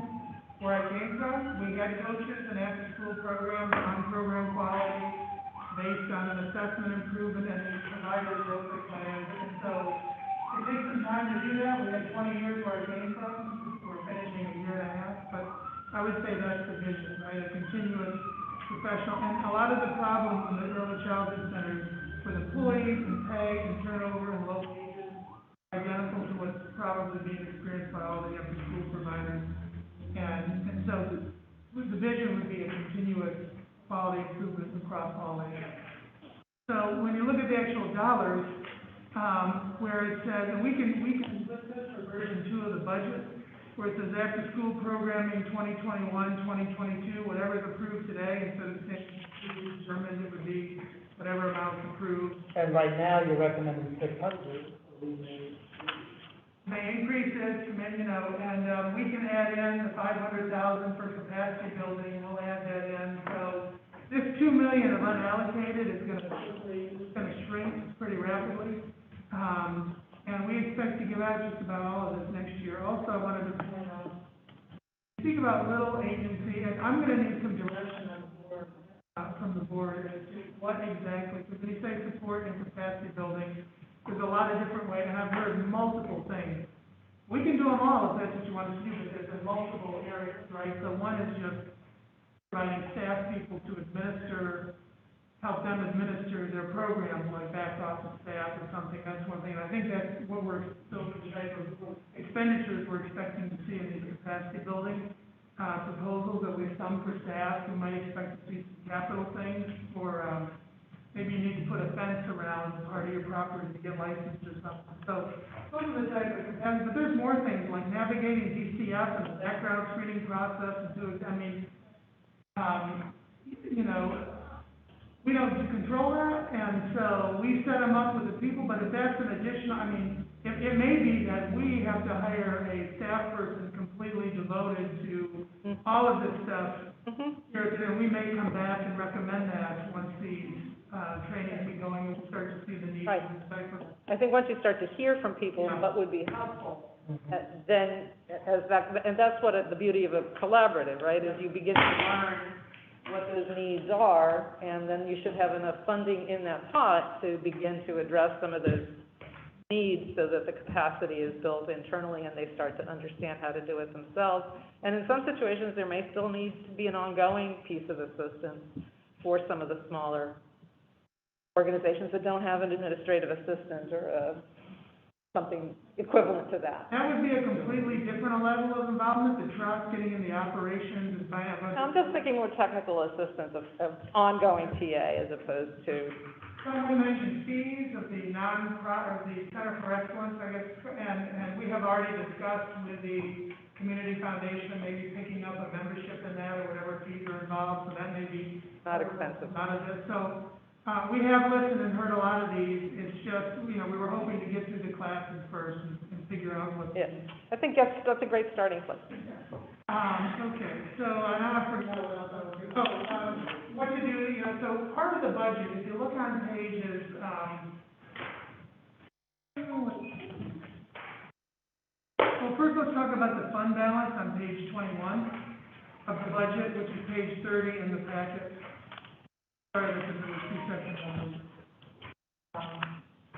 Eventually this will go on the website and the big numbers. So, just want to make sure you all understand what the fund balance will be after this year. And so the audited financial statement is reflected in the 2020 actual fund balance of $5.85124. Projected is what we think will happen after this current year, but it could change probably 60 days out. After the fiscal year ends, we'll know better what the real number is going to be. Could be more, could be less, it just depends on how the expenses come in. And then in the budget, we're budgeting next year an increase in $700,000 over that, mostly from the change. If you look at the change in building, putting $700,000 aside to go with the $300,000 we put aside last year for permanent facility, whatever that may look like, whether it's county proposal or something else. I had said, I didn't hear anyone that remembered it, but we'll do this in the January meeting, which is supposed to be a longer meeting. We will come back with a plan to spend down the fund balance between now and 2030 to get to what an acceptable level would be with our current policy. I don't think you don't want to do it all in 1 year because the economy could go up and down, and some of my colleagues at other Children's Services Council, people that have managed that, actually did not have to cut programs during the last session because they had a cushion there. But we should provide a plan on how to spend that down gradually between now and the 23rd. So we'll do that, and I do think it's okay to spend some money on some fund balance on current programs, and not just one night, if you can project about how much additional taxes you'll have and the spend down and kind of make them all match by the end. So, I mean, I like that plan, but we'll have one, so that every year we will be spending in some of this additional funds, programs, it'll be one time, whatever we all decide. And we do have part of the budget, if you look on page, going back just a little bit further, page 20, expenditures by object, other uses, the tentative budget is 1.162452. Part of that is the transfers set aside money for the building, and then transferring to some match funds and our grant fund. The rest of that is actually an appropriated reserve of about 5% of our operating revenues. That is for, in our policies, it's for things that come up, in other words. All we have, so something comes up, for example, like we tried to do the learning pods, I think it was last year. That money is already appropriated, it just takes the board's blessing to spend some of that on any immediate needs. Of course, you could always increase that or whatever. So we have made provisions for some of these things, just knowing how it fits and where it is. I just wanted to make sure you're aware of kind of put together where you can find it. Any more comments? If not, all those in favor of the motion, you have to do it by roll call. Okay, all those in favor of the motion, say aye. Aye. Opposed, no, and one. And this concludes the stated budget here, and we will do this again in 2 weeks. Is that correct? Stay tuned, we'll do that. Okay, back to the item that we discussed before, item 8. Receive the information. Any more discussion on that? So I think that, we have a person who's experienced one of our obstacles, and I think it would be good if she could kind of, there's the person that they get information from to help shape something so we can help people when we have to go through this process. And I'm specifically pretty concerned about, like, additional expenditures, because that's a huge obstacle.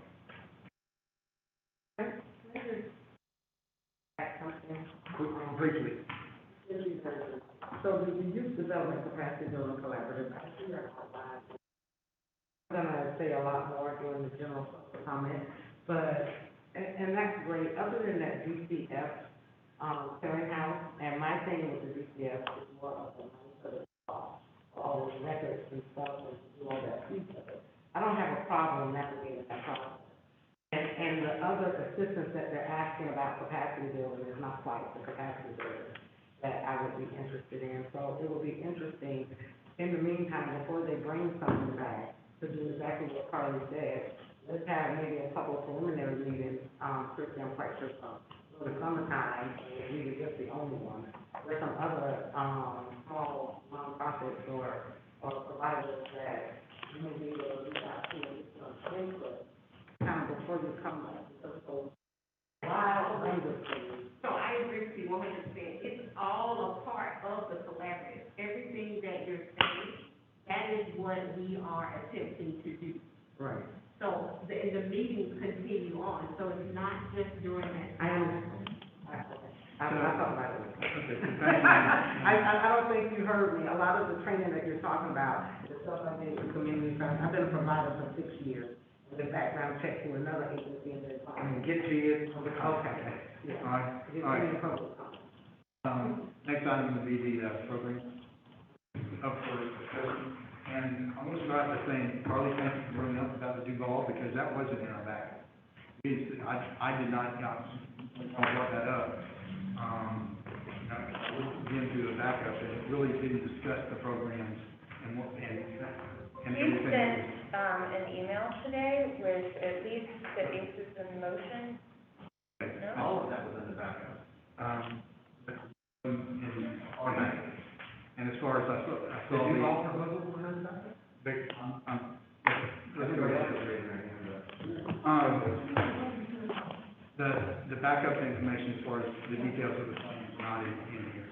And as far as, there was an email sent today, I was busy all day, I didn't, The email sent today had nothing to do with this RFP 2021-06. They're two different. all right. So, there may be questions that I just didn't know about, that I hadn't heard about at all and whatnot. Specifically, I don't know what the program is. So I'll turn it over to staff. Are there any other questions about the development capacity to collaborate? So we can comment, public comment regarding this? Yes. Everybody will have screens. So I'm gonna share my screen to show you all the spreadsheet for the after school RFP. I also have this in your packet as well.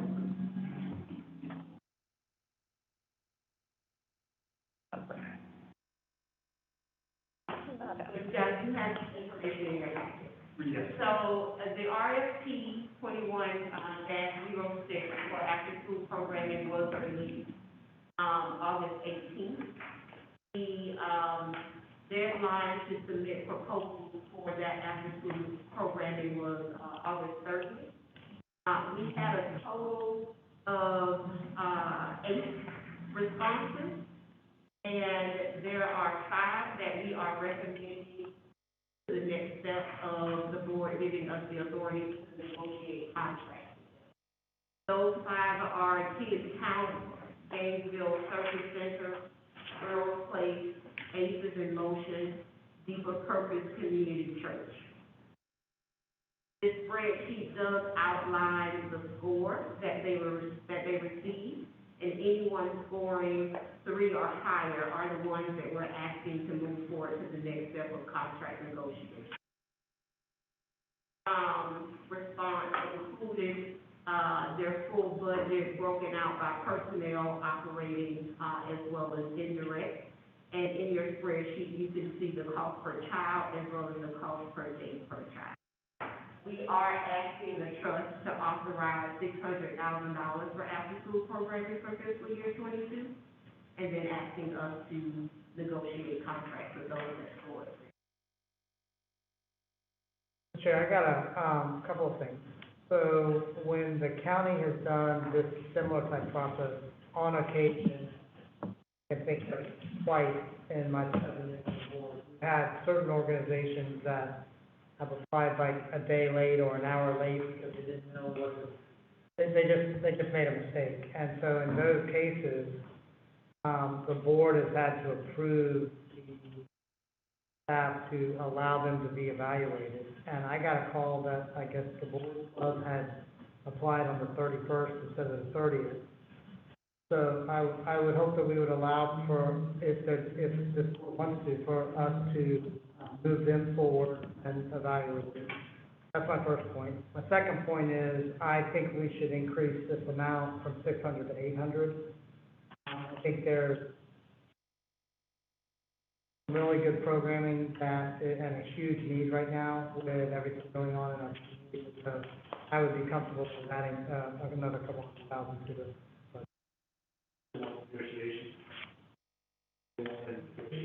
Yeah, I don't want to get outside the process. But are these the full amounts requested already? What's that? Are these the full amounts that were requested by these organizations that are on here? The full amount requested is, you take out. No, I mean by the 5. It's You're- 717,000, but if you go through the budgets, which we don't decide all that to the board, we negotiate that, and we can in the future if you want to see all for both. Some expenses we shouldn't be paying for, some of these that we'd like to go back and negotiate out, as opposed to doing a process where you just flat cut people randomly. We want to work with the agencies to get it. If we consider Boys and Girls Club because they reached out to someone, I think we gotta look at whoever else applied late. I think there's Yeah, I fatal think flaws. if anyone applied a day late, I would say anyone. I mean, there's a fatal flaw, but there's a reason there's a fatal flaw kind of cutoff. It's because there's always one more that was really close, one, Are there other organizations that applied pay rate? So we're late? Yeah. Not for this RFP. Oh, Okay, so precedent. I mean, what do you think about precedent? that's, oh, yeah, How are we gonna answer that in the future? I'll do it again. I'll say you did it one time. Should not the Boys and Girls Club apply for this, the next RFP? Next year? No, we're doing another RFP, it's gonna go out. Oh, They can participate in the development capacity, and then it's our goal to release summer and after school as early as January or February or so.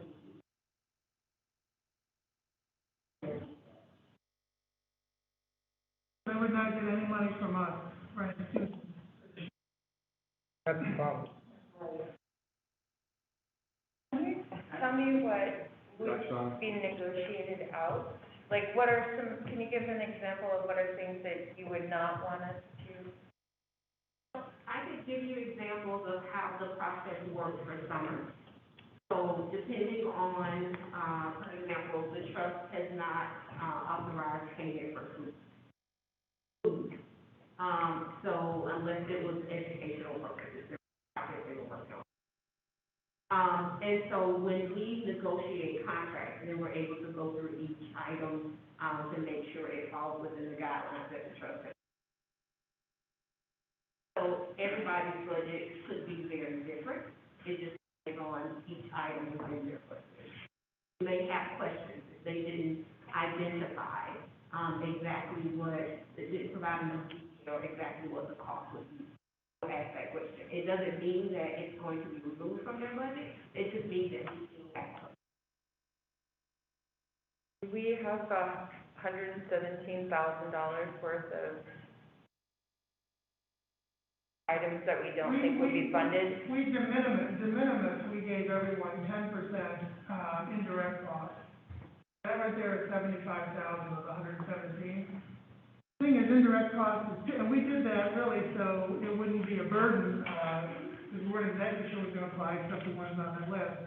Figuring out a true indirect cost using your entire cost pool and getting it is complicated.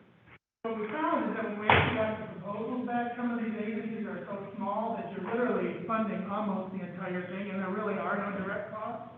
So all we would be doing at this point is just giving, some of the agencies should not be getting a direct cost, given the fact that they're literally charging every single expense off of the program. So that, in other words, they had no say in that, the budget formula just automatically calculated it. So it's not like they wrote it in, on their own, the spreadsheet that we gave them automatically did that. We did it thinking it would make life easier. Once we saw the, cost, and when we might sit down and say, would you rather have an indirect cost, or would you rather just charge everything off to the program, which works better for you? That would be one example. Fundraising. Some organizations have asked for money to support their fundraising efforts. Typically, governments don't pay for nonprofits to do fundraising, to do lobbying, anything like that. Those would almost negotiated out. And there may be some others where we would question. We had in the summer multiple times, where Christie found that, an organization had a good expense, it's just they weren't gonna do it this year, it was gonna be next year, are they gonna do it? We wanna make sure the expenses are actually to support the program and good that it happens. That happens just by asking and having a conversation with each one. So might it not make sense? I'm sorry. For now, yeah. So would it not make some sense to just give you approval up to the fully requested amount, and you negotiate out any items that are either inappropriate or can be deferred? But, because otherwise, what happens if you decide, oh, no, that request was legitimate, now you're underfunded based on what we approve? It makes more sense to me to give you approval up to the full amount they requested with the authorization to negotiate out any items Either way, it's fine with us. that are inappropriate. Just, to me, that just makes more sense. Either way, it's fine with us. That's what we did last year. That's what we did last year. Yeah, I mean, I think that just makes a lot of sense, and then not to impede your ability to say, no, you can't, fundraising, you can't charge to us, lobbying, you can't charge to us, but On the voice vote submission, I think when you look at the minimum requirements to bid, and one of those was that, that they were a CPAC-funded summer provider. I'm a rule follower, I think everyone should have to follow the rules, but again, if we look to the need, the fact that they already met all of these requirements and were a previous, program funded by the trust, according to these requirements, I think there may be a good cause exception to, that program. I mean, this isn't a situation where others also applied late. I mean, they submitted the application, they met the requirements, and. I mean, they admitted to me they made a mistake. Right. I'm afraid that if we don't make this exception, then the kids are gonna be the ones who won't get served. Wow. Would the maker of the motion, whenever it's made, say that we will approve it this one time, and come hell or high water, we're not doing it again in the future? So that, Really? Is there a hell or high water? that perception. I'd almost say let them come in as an unsolicited proposal. I mean, either you have a fatal flaw or you don't, you know, either you have a process or you don't. Well, Everybody can come up with a really good reason why they messed up. it does pain me, but I do believe that we need to find some other option to, Come in as an unsolicited. whether it's through the unsolicited, and that's fine, but. I'm fine with that, too. But then we're just skirting around. Well, you're right, then It is, I mean, I know, but Just skirting around. But if someone, if we have a deadline and someone, the next time somebody comes in one day late and we don't approve that, we're gonna hear about it. exactly. So, I mean, it's an unfortunate. It's horrid. I believe in the organization and they've been around for a long time and they do good work. Right, well, but I do think what we've also seen through these meetings is there's a lack of full understanding and clarity on our process. So it's. No, this was pretty clear. Well, I mean, I've had a lot of people reach out to me, and I think it's getting clearer, but, I think there has been some confusion, because there have been some quick funding, procedures in place. Like for me, Judge Bo, you know, normally we are like on the same page. But for this proposal was a short deadline, and I actually emailed Colin, I said, this date concerns me, because it was like, I think he extended it out. I mean, I'll just vote accordingly, but I think we're getting in quicksand, and I'm telling you, we get a lot of calls I've gotten a lot of calls actually about how the funding process, and I've shared that with Colin, how things are going, and if we make this exception, we're thinking it's just one time, but the next time somebody gets something in late, this is gonna come up. But we can also have the backbone and say, you know, accept it. Any other comments before we get to public comment?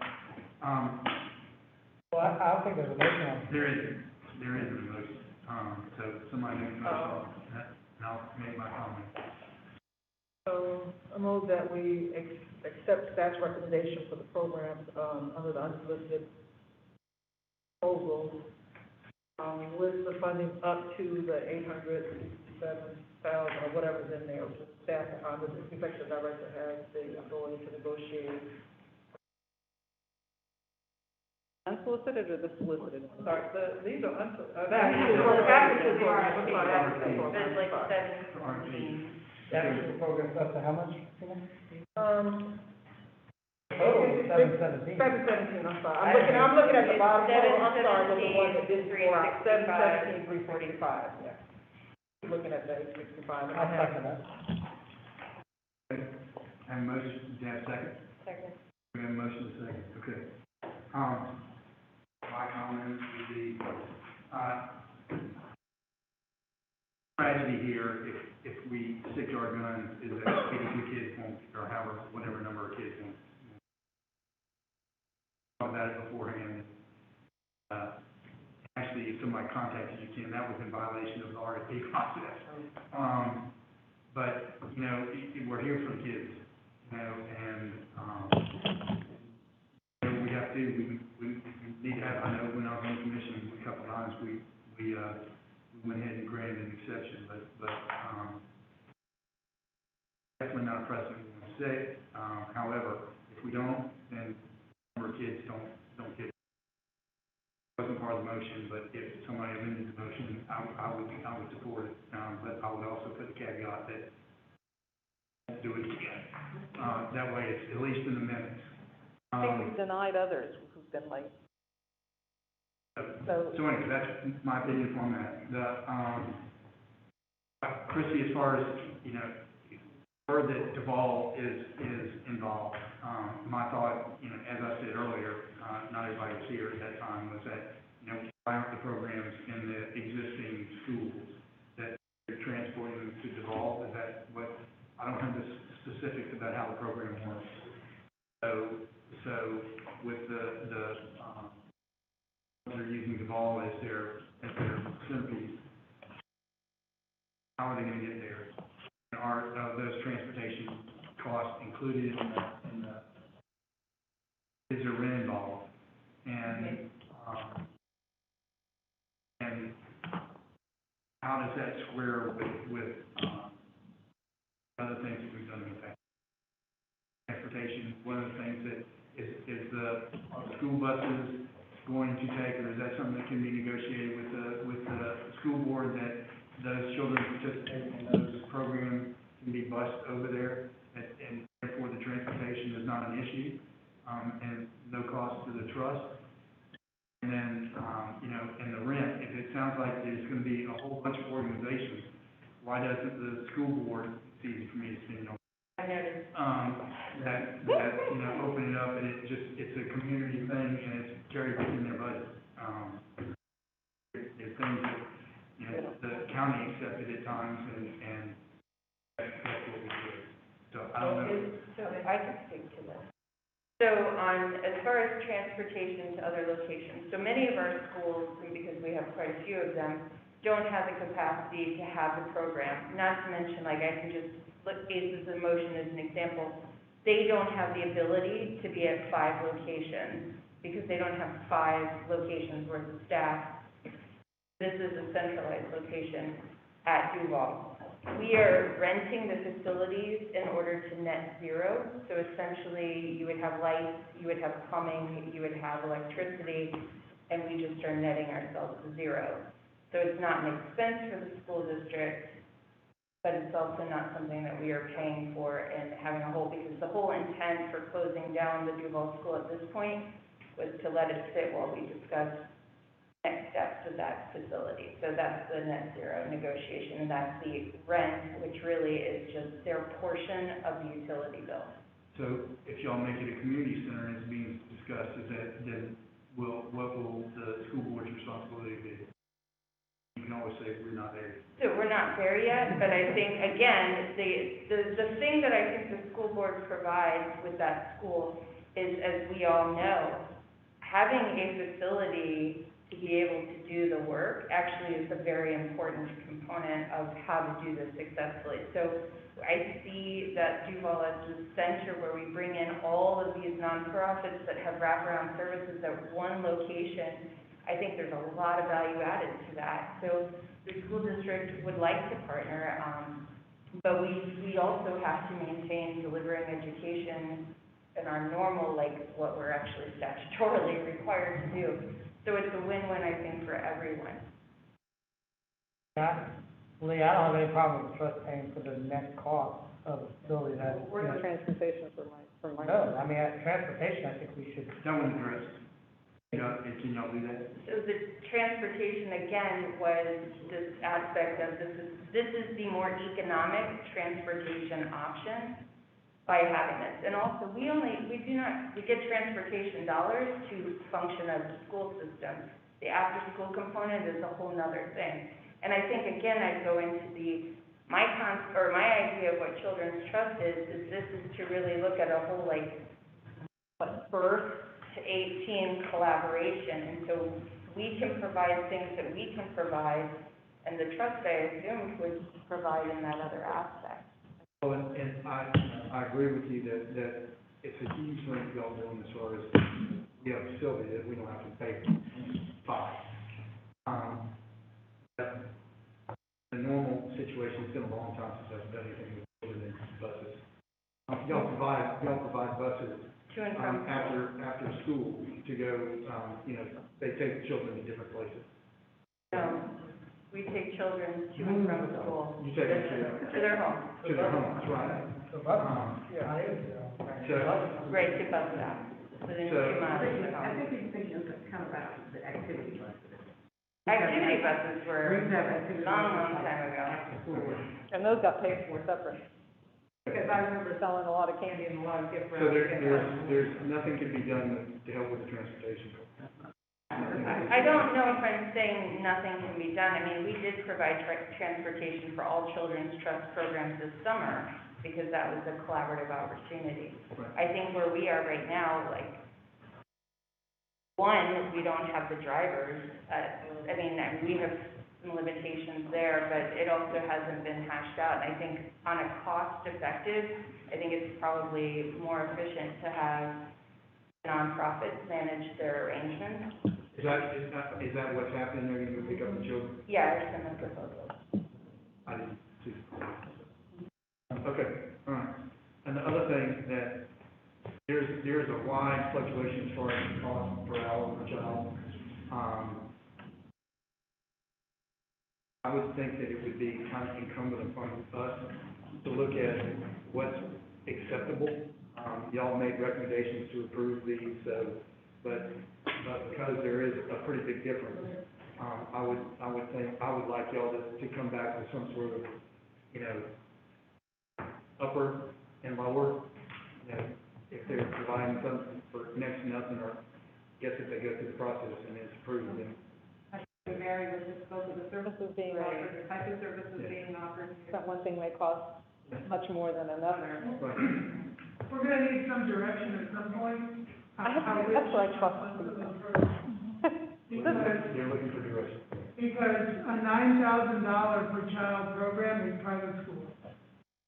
And it's just it, and I'm sure it's great, and it is a great program, actually, but we do have a lot of data on how much other government entities charge for after-school programs. Yes. And I'm not saying it's enough, but, the Early Learning Coalition pays about $67.50 a week. The 21st Century funding at the schools pays about $12 per child per day. So that's not enough, and so all of these programs are more, but there is I think you're right, we're gonna need some direction on what this upper look is, because I was surprised to see such a wide variety. And part of that is the cost that we'll pay for. I have not, we used to fund about 50 after-school programs at schools in Jackson, we never paid rent at school. So that's a new concept for me, others have done that. And $40,000 for 2 programs is a lot of money. And so if there's a bigger plan at Greater Duval, I think maybe we could get together and figure out what that is and figure out the best way to use the trust fund to be consistent with the guiding principles, which is build on the economies of scale and take advantage of efficiency. Because if that's a need to provide for those facilities, and find a better way to do it. But it was, to me, I had not seen a proposal like that before, that was unique to me. Okay, one last question, I'll shut up. Says that three or above, may or may not be, at three, may or may not be approved. So, it's incumbent upon y'all or at y'all's discretion to determine whether or not that 3 is funded or not. Is that what I read correctly? No, anything. Did they 4 or 3 are higher? Right, but somewhere in there it said the 3 was not automatically. I read, somewhere in the packet where 3 was could be either or. But we recommended everyone here, so we could have not, but we did. Okay, so we have a motion. Dr. Simon, I need to see. So I want to talk about the school funding. Actually, I have a lot to say about this. One, different age groups are a different cost. So younger children have a different cost to high school students, and that's a program thing. I think the other thing, and I think this goes into the discussion about capacity and size, the more students we start to really impact, that price should be going down, because it really is divided by, the So if you have more students, then you're dividing by more, pieces. So I think if we're really looking at this, like, this is seed money to get them going, the goal is that this gets bigger, they get, you know, their legs under them and all of that, then I would see the cost per student is going to go down as time goes by. I am a bit concerned, because I see what we're saying on this. I think the thing that I think I'm hearing is that we have a lot of funding right now sitting in a bank account, but we need to get people getting their feet under them, they need to grow. We know that, I mean, what are we talking about, 350-ish students we're serving right now? And there's 28,000 students in our district, so we're really looking at a pretty small percentage right now of students that we're hitting, that we want to hit more. So I think if we can really scale this up, we're gonna see a change in the price per student. I think Duval's an interesting opportunity, and I think there's other ones around our county. There were two hands that were raised. Yes, get to All right. okay, so the motion is to approve up to the amount designated, 717. What are we doing about the Boys and Girls Club? Well, I move to amend to make an exception. Can we do that as a separate? Yeah, I'd like to see that. That may be a little less Okay, confusing. so we'll do that separately. That's fine. And then, looking for direction about looking into cost, so. So looking into per student cost, I don't think they're very, I don't know that we're there yet. I think right now what we've got is 5 proposals that they're recommending for approval and a motion to approve up to the full request with the authorization to negotiate. I think that was what we discussed. Well, the executive director asked if they're looking for direction, so asking something. I think that was a separate question. Yeah, I would say by the next RFP, that we would have some guidelines that we recommend, and you'd say yea or nay or something like that. Okay. We don't need that today. So could you include that into looking at the guidelines? So. Did I make the original motion? I don't No, think I I did, did. so we can add that where, Evie will look into guidelines for cost per child, but by the next person, sorry. That's next year? Second review with that? At this point. I think it. All right, so we have a motion, second, and we're gonna vote. Sergeant and Cornell. Yes, ma'am. So I have two comments. Number one, the comment regarding the Boys and the Girls Club, I want to point out, I was a community-based researcher with YDRPT who did the summer needs assessment.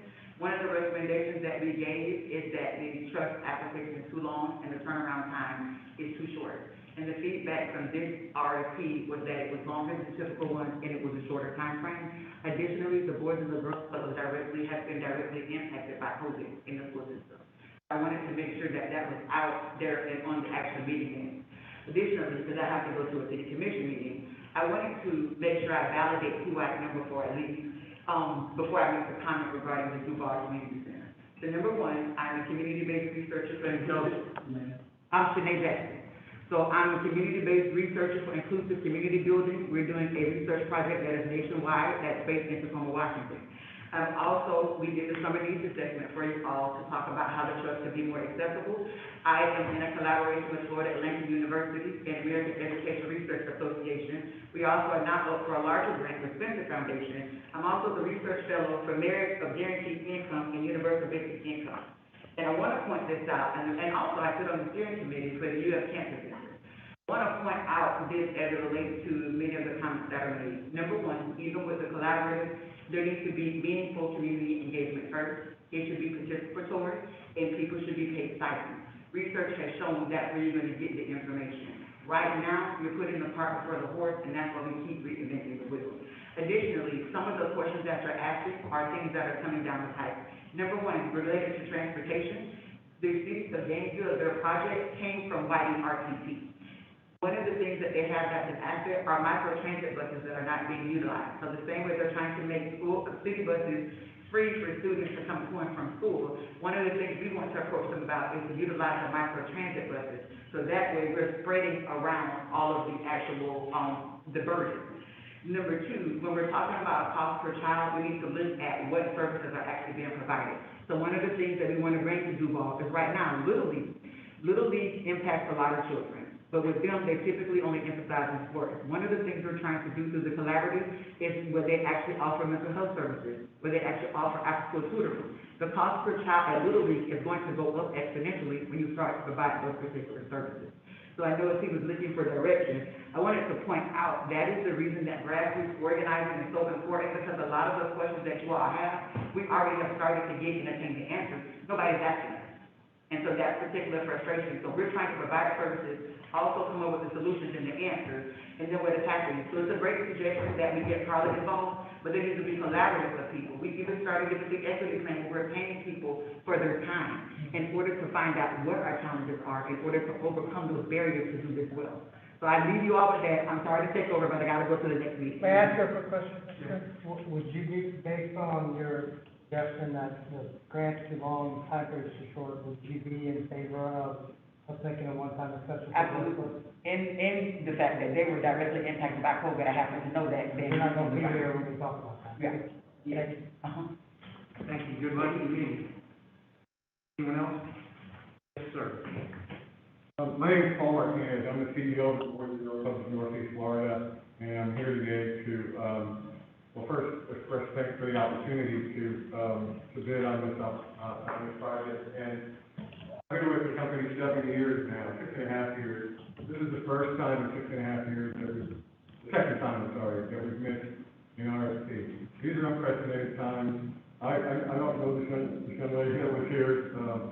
We were struck by COVID just like everybody here, because we're in a mask. But what it boils down to for us is we've got an additional 60 kids at our Northwest Club and 20 kids at Woodland Park that if we didn't have this funding, because of mistakes that some adults made, that kids won't be able to participate. We have a waiting list at our club for additional services. So I just hope that you maybe reconsider and, COVID makes a big deal in what it is that we're doing, not just with kids levels, like, I'm sure you have people at your offices that don't show up because of COVID. And the difference between a small organization and a large organization, a small organization might they might not have a grant department because their CEO is doing the grants and the managing and also working with the kids. The only difference is a large organization might have one person or 1.5 person in their grant department. COVID or it can be gone for a week to 10 days. So thank you very much for your time. And thank you. Actually, this isn't included in this motion. There's going to be a separate motion about that. Okay, yes, ma'am. I guess, like, most of what I want to say to me, and Carl already said, but just the language and the way of thinking, I've heard from some people, just putting the problem on the lack of understanding with the people that you're dealing with and the people that are dealing with the impact, instead of taking a step back and saying, hey, maybe there are flaws in our process. So I just want you guys to maybe just think about that, and have that, be considered as part of the issue. And when I say process, not considering or not including the community, until after the fact, that's a problem in the process. That's why we have any strong practice in this organization, over and over again. I will defend the trust a little bit because of the what's happening with COVID. I mean, because when Colin got here, what he wanted to do was go out and go into the communities and start the process, and he's done that to a certain degree, but as you've heard, COVID has affected everybody. But we definitely want, that's to a person in here, we all want to hear what people have to say about, how these funds are spent, because we're trying to make a difference. We're trying to make sure that our children have a chance to be successful. Thank you very much for being here. Appreciate it.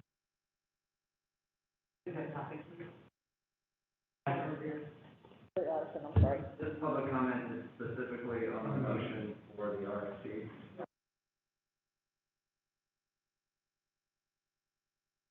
We definitely appreciate, while we're definitely up for recommendation of funding, I don't want to jeopardize any of that, obviously, but I do feel like some advocacy needs, I totally agree with everything Janae and T has said regarding it. However, want to advocate for the secondary providers, if we're speaking just specifically to this RFP, the secondary providers, or just whatever you want to call them, but providers like P who provide esports gaming for our, which we did include, but there's also great organizations that are doing a lot of good work that don't have the capacity to go around to each one of us, give us their budget and do all of this. So I do want to say that I wish this RFP would have included opportunities for those providers, like Motivate You, like Working Foods, like a lot of organizations that allow us to do what we do. We're not experts in esports. We're not experts in food delivery. We're not experts in mental health or all of these things. But I think providing that opportunity, putting that on the back of the after-school providers, I don't think there's money sitting in the bank. I don't know if I'm understanding why. I haven't heard that in this meeting of the reason why that decision was. So that's one, and I just wanted to, on behalf of all of those providers, just whether they're on the audio or not, or on Zoom or not, I just want to make the cards that we filled out, those are going to be during public. I didn't really adhere to, I just, yes. Just one thing I wanted to talk about on behalf of the programs that are at Duval now, and that you said why not at their individual schools, is way for transportation. You know, one thing, our aim here is to do a pilot, basically, at Duval, to see if it can be a swag on steroids, or whatever. You know, like your community resource center, I think that's the ultimate idea, and there's only a few providers there now, but we're sort of troubleshooting the whole thing to see if this can work, to see if a meaningful relationship can happen between the school district and the Children's Trust and the nonprofits that are providing, you know, programming and services, et cetera. So, you know, the idea, you know, we've already, I think, learned a whole lot, and I think, you know, Edison's been telling me that the synergy between the nonprofits that are at Duval even now is really good.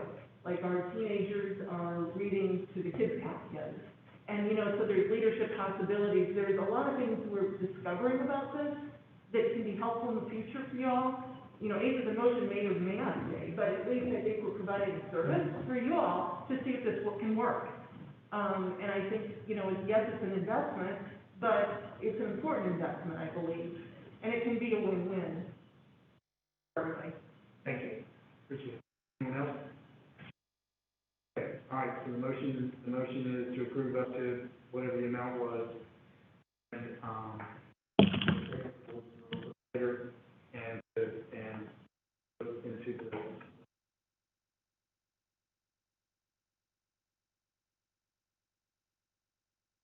All those in favor of the motion? Aye. So opposed? Okay, we can go. To end the deadline Just or to- consideration, You don't have to extend the deadline, you just approve. or just to approve. With the same language, up to, and it'll be negotiated. So you have to consider their proposal because it didn't get considered, didn't get raised. It wasn't before. Right, so it wasn't for, Not just for consideration. Okay, thank you. Okay, so would be considered, So we're adding from the 717 that we just approved, another 117. If it ranks above three, if it ranks above I don't want to three. take away from the previous one. Right, This this is is additional. This would be I in think we have to add another addition to, 177. and they have to go through the same process.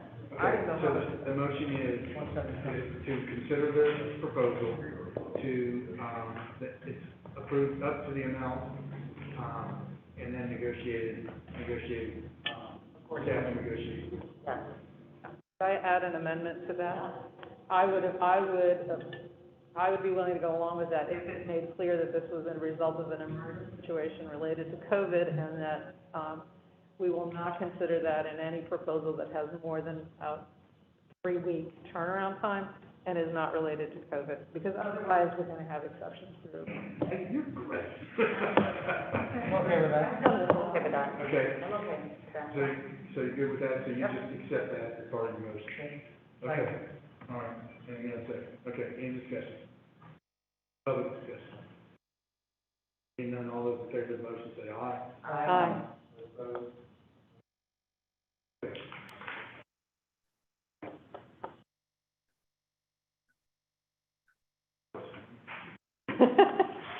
Okay, board member comments?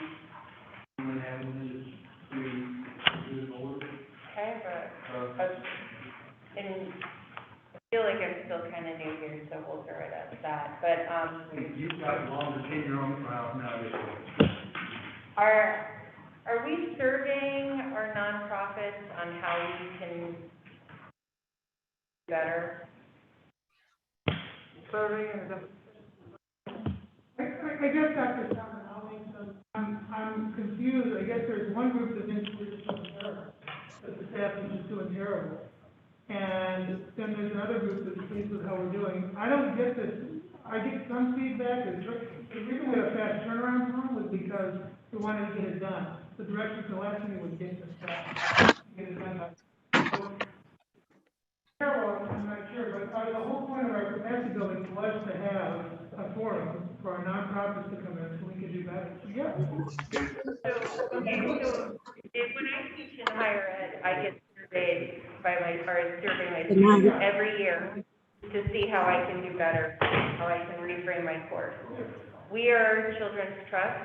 We're delivering the service, and every program, every product, everything we do has room for improvement, and we should be asking people, how can we improve? So I don't want you to think that I have a judgment that's terrible is occurring. I don't have that. I have a concern of where's our program evaluation and how are we measuring what we do? Because I think we have received feedback today that says something needs to be adjusted. Are we asking? The evaluation person started last week. Next week, you're gonna get through about 6 contracts that are renewals for the previous year, which will have a how much, how well, and better off, and data from since we started funding them, how they did 2 years ago, where they are year to date, and what their targets are this year, how much money they spent, how much money they awarded, how much they spent. So you'll have a snapshot of each of those programs that are included in the budget. This RFP, as far as the performance measures for the program, those were included on the model contract in the RFP. Now, yes, we fully intended, that's one of the things we were talking about, the internal evaluation of our process, of surveying our nonprofits, like a 360 evaluation, so to speak, of how are we doing on our processes every year. But again, like I said, we're just getting started, and this was the second RFP we've done. But yes, we would absolutely, we've done that everywhere I've ever been, this year. But, I mean, we've done 2 RFPs, we've done the summer, and we've done this one on an expedited manner, where this is one the board approved without even seeing the scope. So the board didn't even vote on the scope of service. Normally, you would see the scope of service, you get a chance to comment, and that, last meeting, it was just go. So between the last meeting and this one, we got an RFP done, issued, bidders conference, extended, evaluated, awarded, and approved here today. So, I mean, we really haven't had, I would say, Help Me Grow would be a good benchmark to use of how, I mean, they're gonna get 8 weeks to respond. They're gonna need to show collaboration, so I would say that would be a good benchmark of how, things should work. But remember, this board gave out a bunch of money before they even had any staff, and so it's literally been catch up the last year and a half. And before I even signed the dotted line on the contract, and this wasn't received very well, but at the time Chair Cornell said, what do you think we should do about that? We had the same type of unhappy response, and I said, well, maybe we should just throw the whole thing and start over again. And they chose not to do that, and go ahead. So, message received, okay, and we will try to do better, but we're just getting started. We're caught between a great need out in the community and the desire and need to be organized and structured process. And those two things are often hard to reconcile, and I think that's kind of where we've been, where we say, put the money out there, get money out on the street quickly, because the need is so great on the one hand, and then on the other hand, but oh, by the way, it needs to be, structured. So I think we're in a place now where we can start to do these RFPs more thoughtfully, more inclusively, in terms of even the planning for them, and that should, I think, help. But I agree also, we do need to do a 360 type eval every year of folks that we're serving, including some of the families that are being affected and impacted by them. I would add that I think now we actually have some staffing Right. that interact with the public, who can then lead and Yeah. include. I think it was great how quickly. I know when Carl and I first met, before you had any staff, and I think I overwhelmed with that the idea of doing some listening sessions. With you all coming and talking to us, we don't think through for the money, and we want to continuously improve. They're important. In a forum where have the ability to do that or otherwise.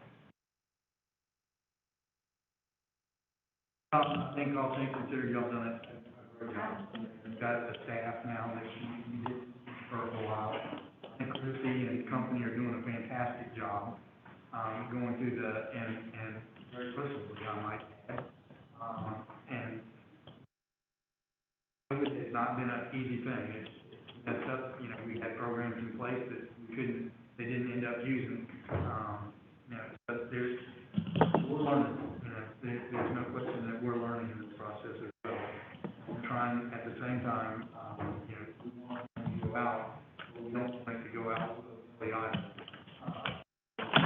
We've been getting this money, we're supposed to be responsible for it, and I want to be very careful how we do it, so that we keep in mind what may happen down the road. Maybe we need some money, down the road we didn't account for, so if you spend it, you don't have it. So, it's not easy, because as far as I'm concerned, I would like to, it'd be great to see all of our kids doing fantastically at this present moment. I know that's not the case, and that whatever money that we give will not take care of the problem. If everybody said their piece, I'll turn it to the public.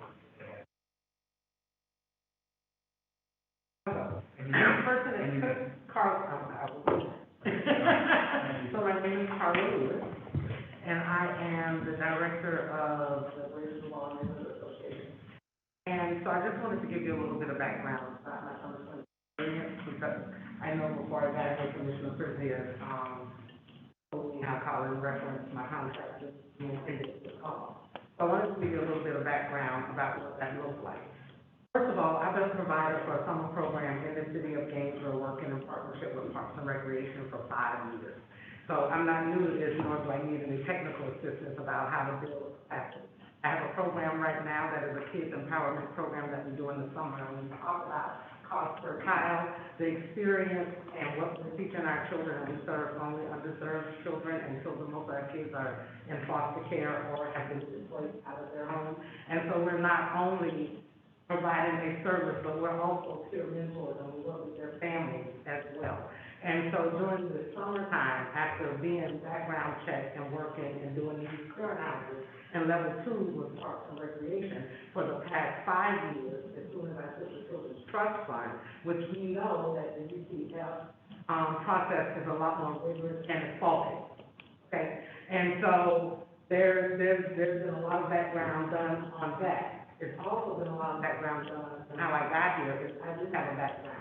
And I wanted to impact young women in my community to make sure that they didn't follow my path. And so I read research that said I was one of the best experts to have, is a person that had that particular life experience. And so I got involved in this work, and I went through all the changes that I had to do. I also went back to school, and I'm a nurse in the state of Florida. So, when I started going through this process, and I got the letter, I got my background check, and brought back a charge from 1996, okay? So when I started the process, I got in contact with Christy, and I beg to differ, Colin. What we're not saying is that you're doing a terrible job, your staff was as responsive as they could be navigating New York. And so, and I helped them along because I went and educated myself too about a lot of processes, you know, and we met separately about all of my kids from my program, The Advocate. Because what happened was, I'm trying my best to, what happened was, we got in the middle of the contract and I had one staff member, and you said impacted by COVID, my summer fling staff died, okay? So he got sick, we were told we couldn't have communication with our children. And we were told the best thing for us to do was to end the contract and that it would not affect future funding if we ended it, okay? And she said that this was for summer programming only, your after-school programming would not be affected. However, when we did the unsolicited response, he said we turned all of those down and you have to apply for the RFP. I've also got a letter to let you know that I wouldn't be able to get funding from that RFP either, even though I was told that it wouldn't affect now. That being said, I've done my part, got in the DCF process, they're asking for paperwork. If I didn't have the money, I wouldn't be able to do it, and that could affect my program. What we did was continue to get background checks through the Gainesville so we can operate through the law along with the rest of the organization. And we're gonna have to pay out of pocket, because unlike the boys club, we say, if we don't get funded, these are kids that won't be impacted. Our kids can't afford that. So when we don't have funding, me and my husband do what we've been doing for the past 10 years, we pay for it out of our pocket. And that's why we advocated for these funds that we're now not able to use. So when you're talking about your capacity building, and you have these trainings and programs, the Community Foundation took us through that. We're registered with philanthropy. We've jumped through every damn hoop we were told to jump through so that we can provide a service to our children. And you're trying to take us right back to number one. So what I'm suggesting is this. If you're going to have a training program or capacity building program, you should do pre-assessment and placement. And there should be different levels of entry, because we're not at all the same place. I don't need your training, and I'm not saying that as bad. We've done these assessments for the past 6 years because they told us we weren't qualified, although we was already doing this program out of pocket. Then they told us how phenomenal our program was, but we can't run it. They made suggestions of having U.S. students come, and then our parents said, we don't want them over our children. Ms. Lewis, as the chair, you have to be the bad guy, give you 3 extra minutes, so. Okay, I'm sorry. But, and I'm just saying that to say this, I know you seem to, and if you think it's terrible on your side, imagine what it feels like to me to have walked my neighborhood knocking on the door trying to sell this trust in my community. We don't trust none of y'all. And to sell it to them because they thought it would impact their children, and to go back and tell the same parents that we can't use the money, and you all can't help us. So I know it seems like we're saying that it's terrible, it's just not working for us. And there's no kind of down on you, no down on Christy and Belita, because Lord knows during the summer, they ran around trying to figure out how to get us through it. They did that, and they suggested what they did. Thank you, But appreciate it. And hopefully get everything worked out. no question regarding. Is DCF the only path forward for school providers, only licensing agency? Is that, for after school? It's the only licensing agency, but it's not the only background. Anyone else? And I'm done. Anyone else? Put in a card. My name is, I'm here to that call really well. I know. I try to make people know I'm a patient first and probably to a fault. So, my name is Jonathan Leslie, and I'm the Executive Director for Project Youth Build here in Gainesville, Florida. This meeting's been kind of a roller coaster ride, so I had notes, and I know everyone's exhausted, and so I'm gonna just kind of vaguely go off of those and share what I have to share. So, for those of you who don't know what Project Youth Build is, we serve out-of-school youth. We hear a lot of out-of-school time, which I'm very supportive of. Out-of-school youth, our students are out of school, there's no out-of-school time because they're not in school. And so we're helping them get their high school diploma, helping them get trade certifications, helping them learn leadership, and we're a pre-apprenticeship program. So we're kind of a unique program when it comes to the Children's Trust, because like even the funding, the youth funding capacity talks about K through 12. We're not that. You know, we're an out-of-school youth provider. And I think that, you know, there's ways to work us in to do things. You know, our funding primarily comes from the United States Department of Labor, directly in a grant from them, and we've been doing this since 2009. Well, since 2009, 70% of the students that we work with are parents. And so, you know, we're talking about 16, 17-year-old young women who are single mothers, maybe 18 years old with a 2-year-old. Since we started operating, the Department of Labor is very restrictive in what you can use funds for, just like, you know, the Children's Trust can be on some things. So we're limited in what we can spend our money on. And we were really excited. We were awarded about $97,000 last year, or a year and a half ago, from the trust. It really helped us establish a program that, quite honestly, I don't know what some of the young parents would have done during this pandemic if we wouldn't have been able to work with them.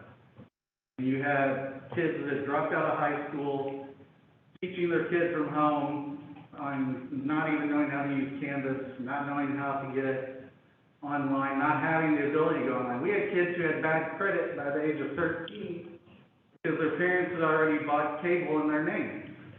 And so we couldn't even get them cable, you know, for internet. So it's a lot of things that we don't think about. We had a parent at 7 months pregnant who was discharged from her practice from the OBGYN, discharged her because she missed appointments. You weren't able to bring your children with you to appointments because of COVID. And so we helped this, you know, young woman who called us in a panic, 7 months pregnant, high-risk pregnancy, and her doctor just kicked her out of practice. So these are the kind of things we're dealing with day in, day out. And it's literally probably about an every other day process that we get a crisis that involves a young child, a young parent. Now, the caveat to this is we realize that there's an underutilization of existing programs. We know that. I mean, there's great programs out there. Unfortunately, the young people we work with aren't going to go to those programs. They're not going to have someone come to their house, visit them, to worry that they're going to get turned over to DCF, their brother was doing this, you know, their house isn't safe enough. So long story short, you know, my coordinator had to leave. But we established this program, and I mean, I think it was super impactful.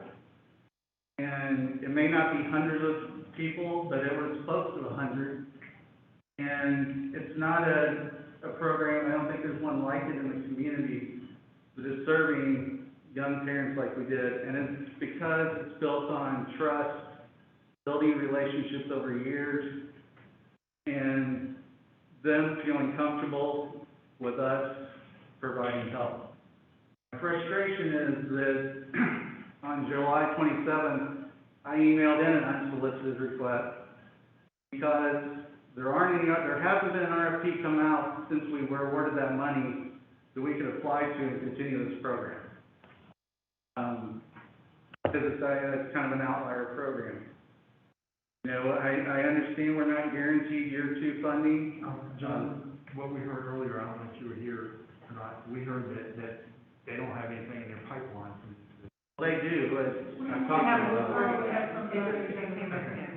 And it was received, I mean, I'm friends with Addison, so I just called him and said, when did you get yours in? Ours was in a week before everyone else's was, and that's why I'm a little frustrated. It's just because September 30th is going to be the last, we've stretched this out as long as we can.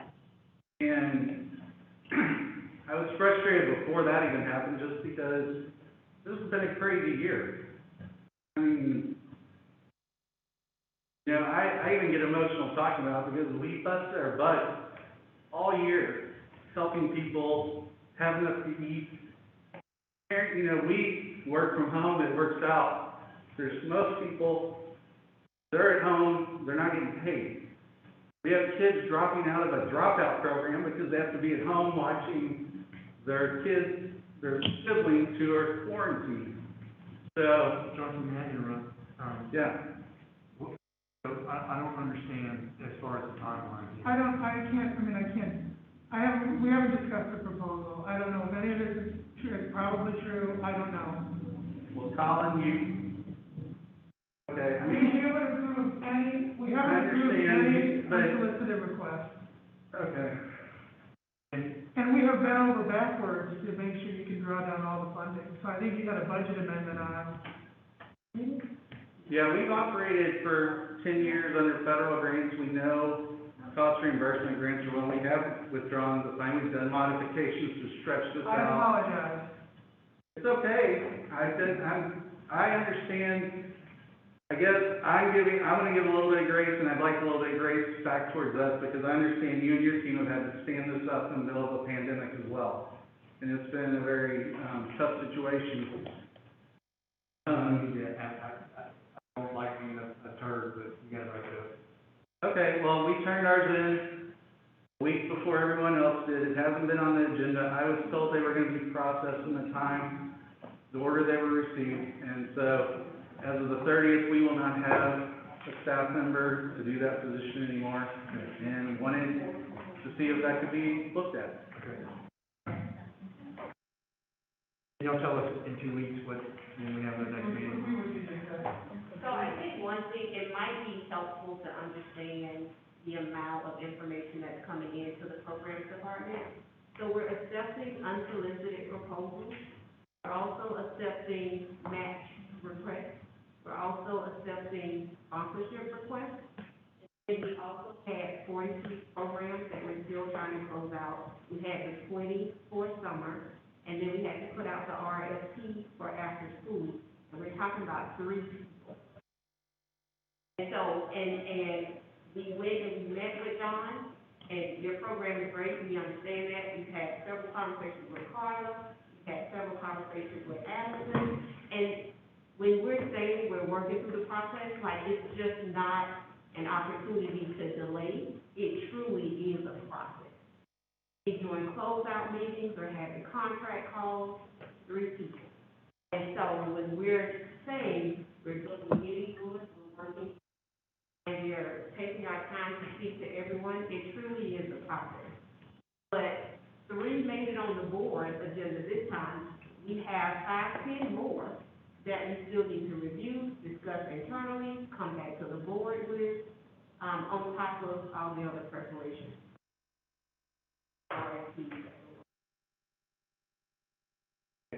As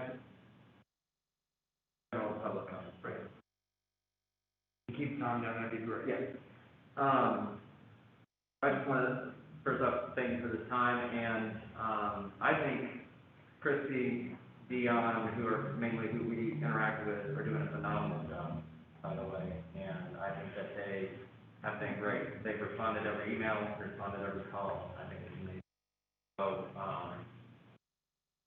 but I do agree with Carly's comment, Dr.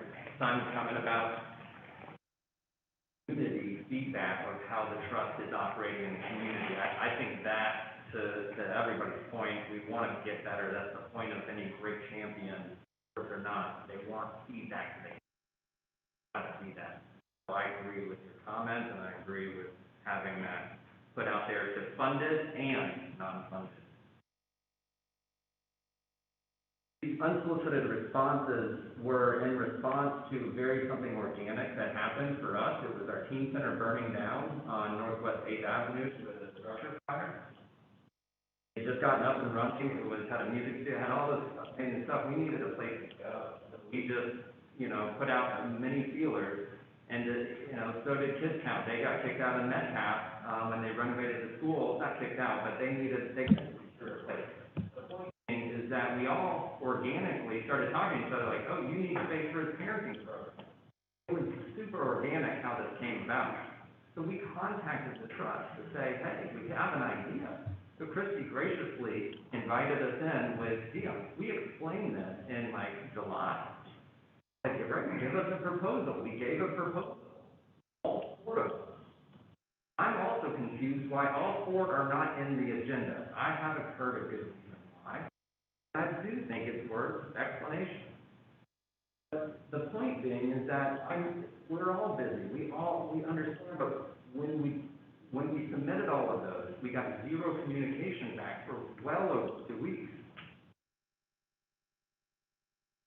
I mean, I haven't seen, like, we're all visiting each other's programs, and like, you know, I think it would be good for Tom to come and see all of our programs in action. I'm saying all of this to say, I think there could be a lot more community involvement in seeing what these programs do, like going out and seeing all these great programs that are operating. I think it will help give more insight into the need. I think it will help give more insight into what we're funding. I think it will help give more insight into, you know, what it is, what the community assets that we have, such as these great organizations that operate, and what actually needs to be done. So I wanted to give the history of these unsolicited requests. Now, we're not complaining, because what we did is, since we got denied that funding through a letter, that was the only communication that we had gotten back, was a letter that was in your packet. We applied for the funding, but when we got denied, we didn't know that funding was coming down the line. So the timeline is important, is I guess what I'm trying to get across right now.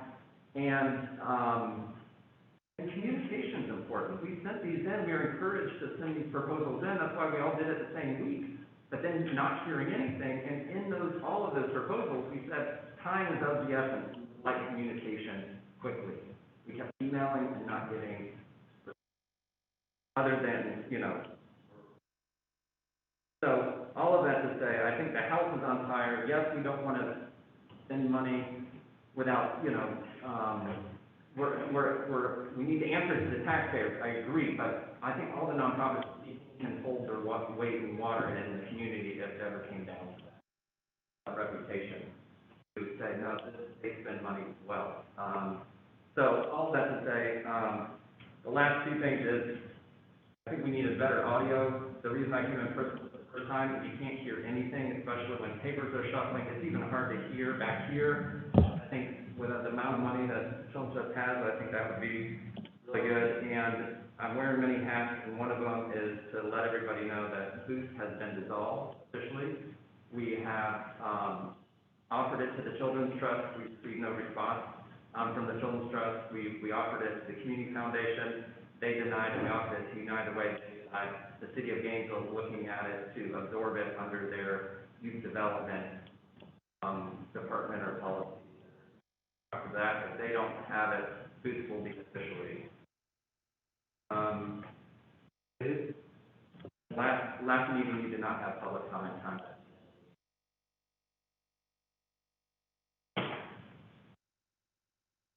I don't know, maybe that happened, but I don't think so.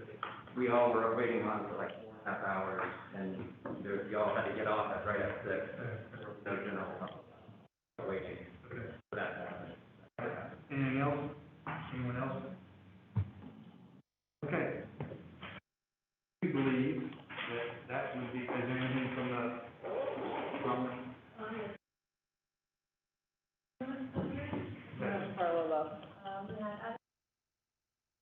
any comments from the public, like on comments? I thought I saw something from Doris.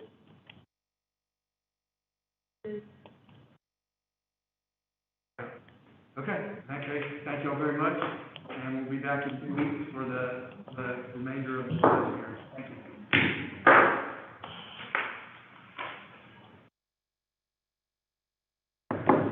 Okay.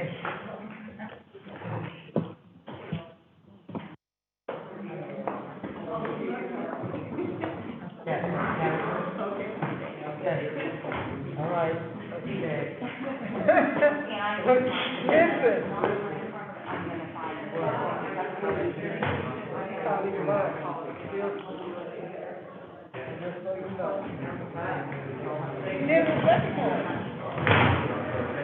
That was just presenting an agenda item.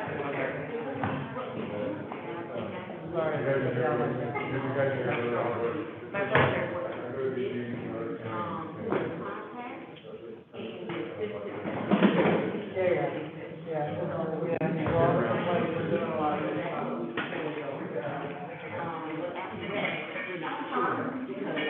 Okay, so now, shoot up, let's do it.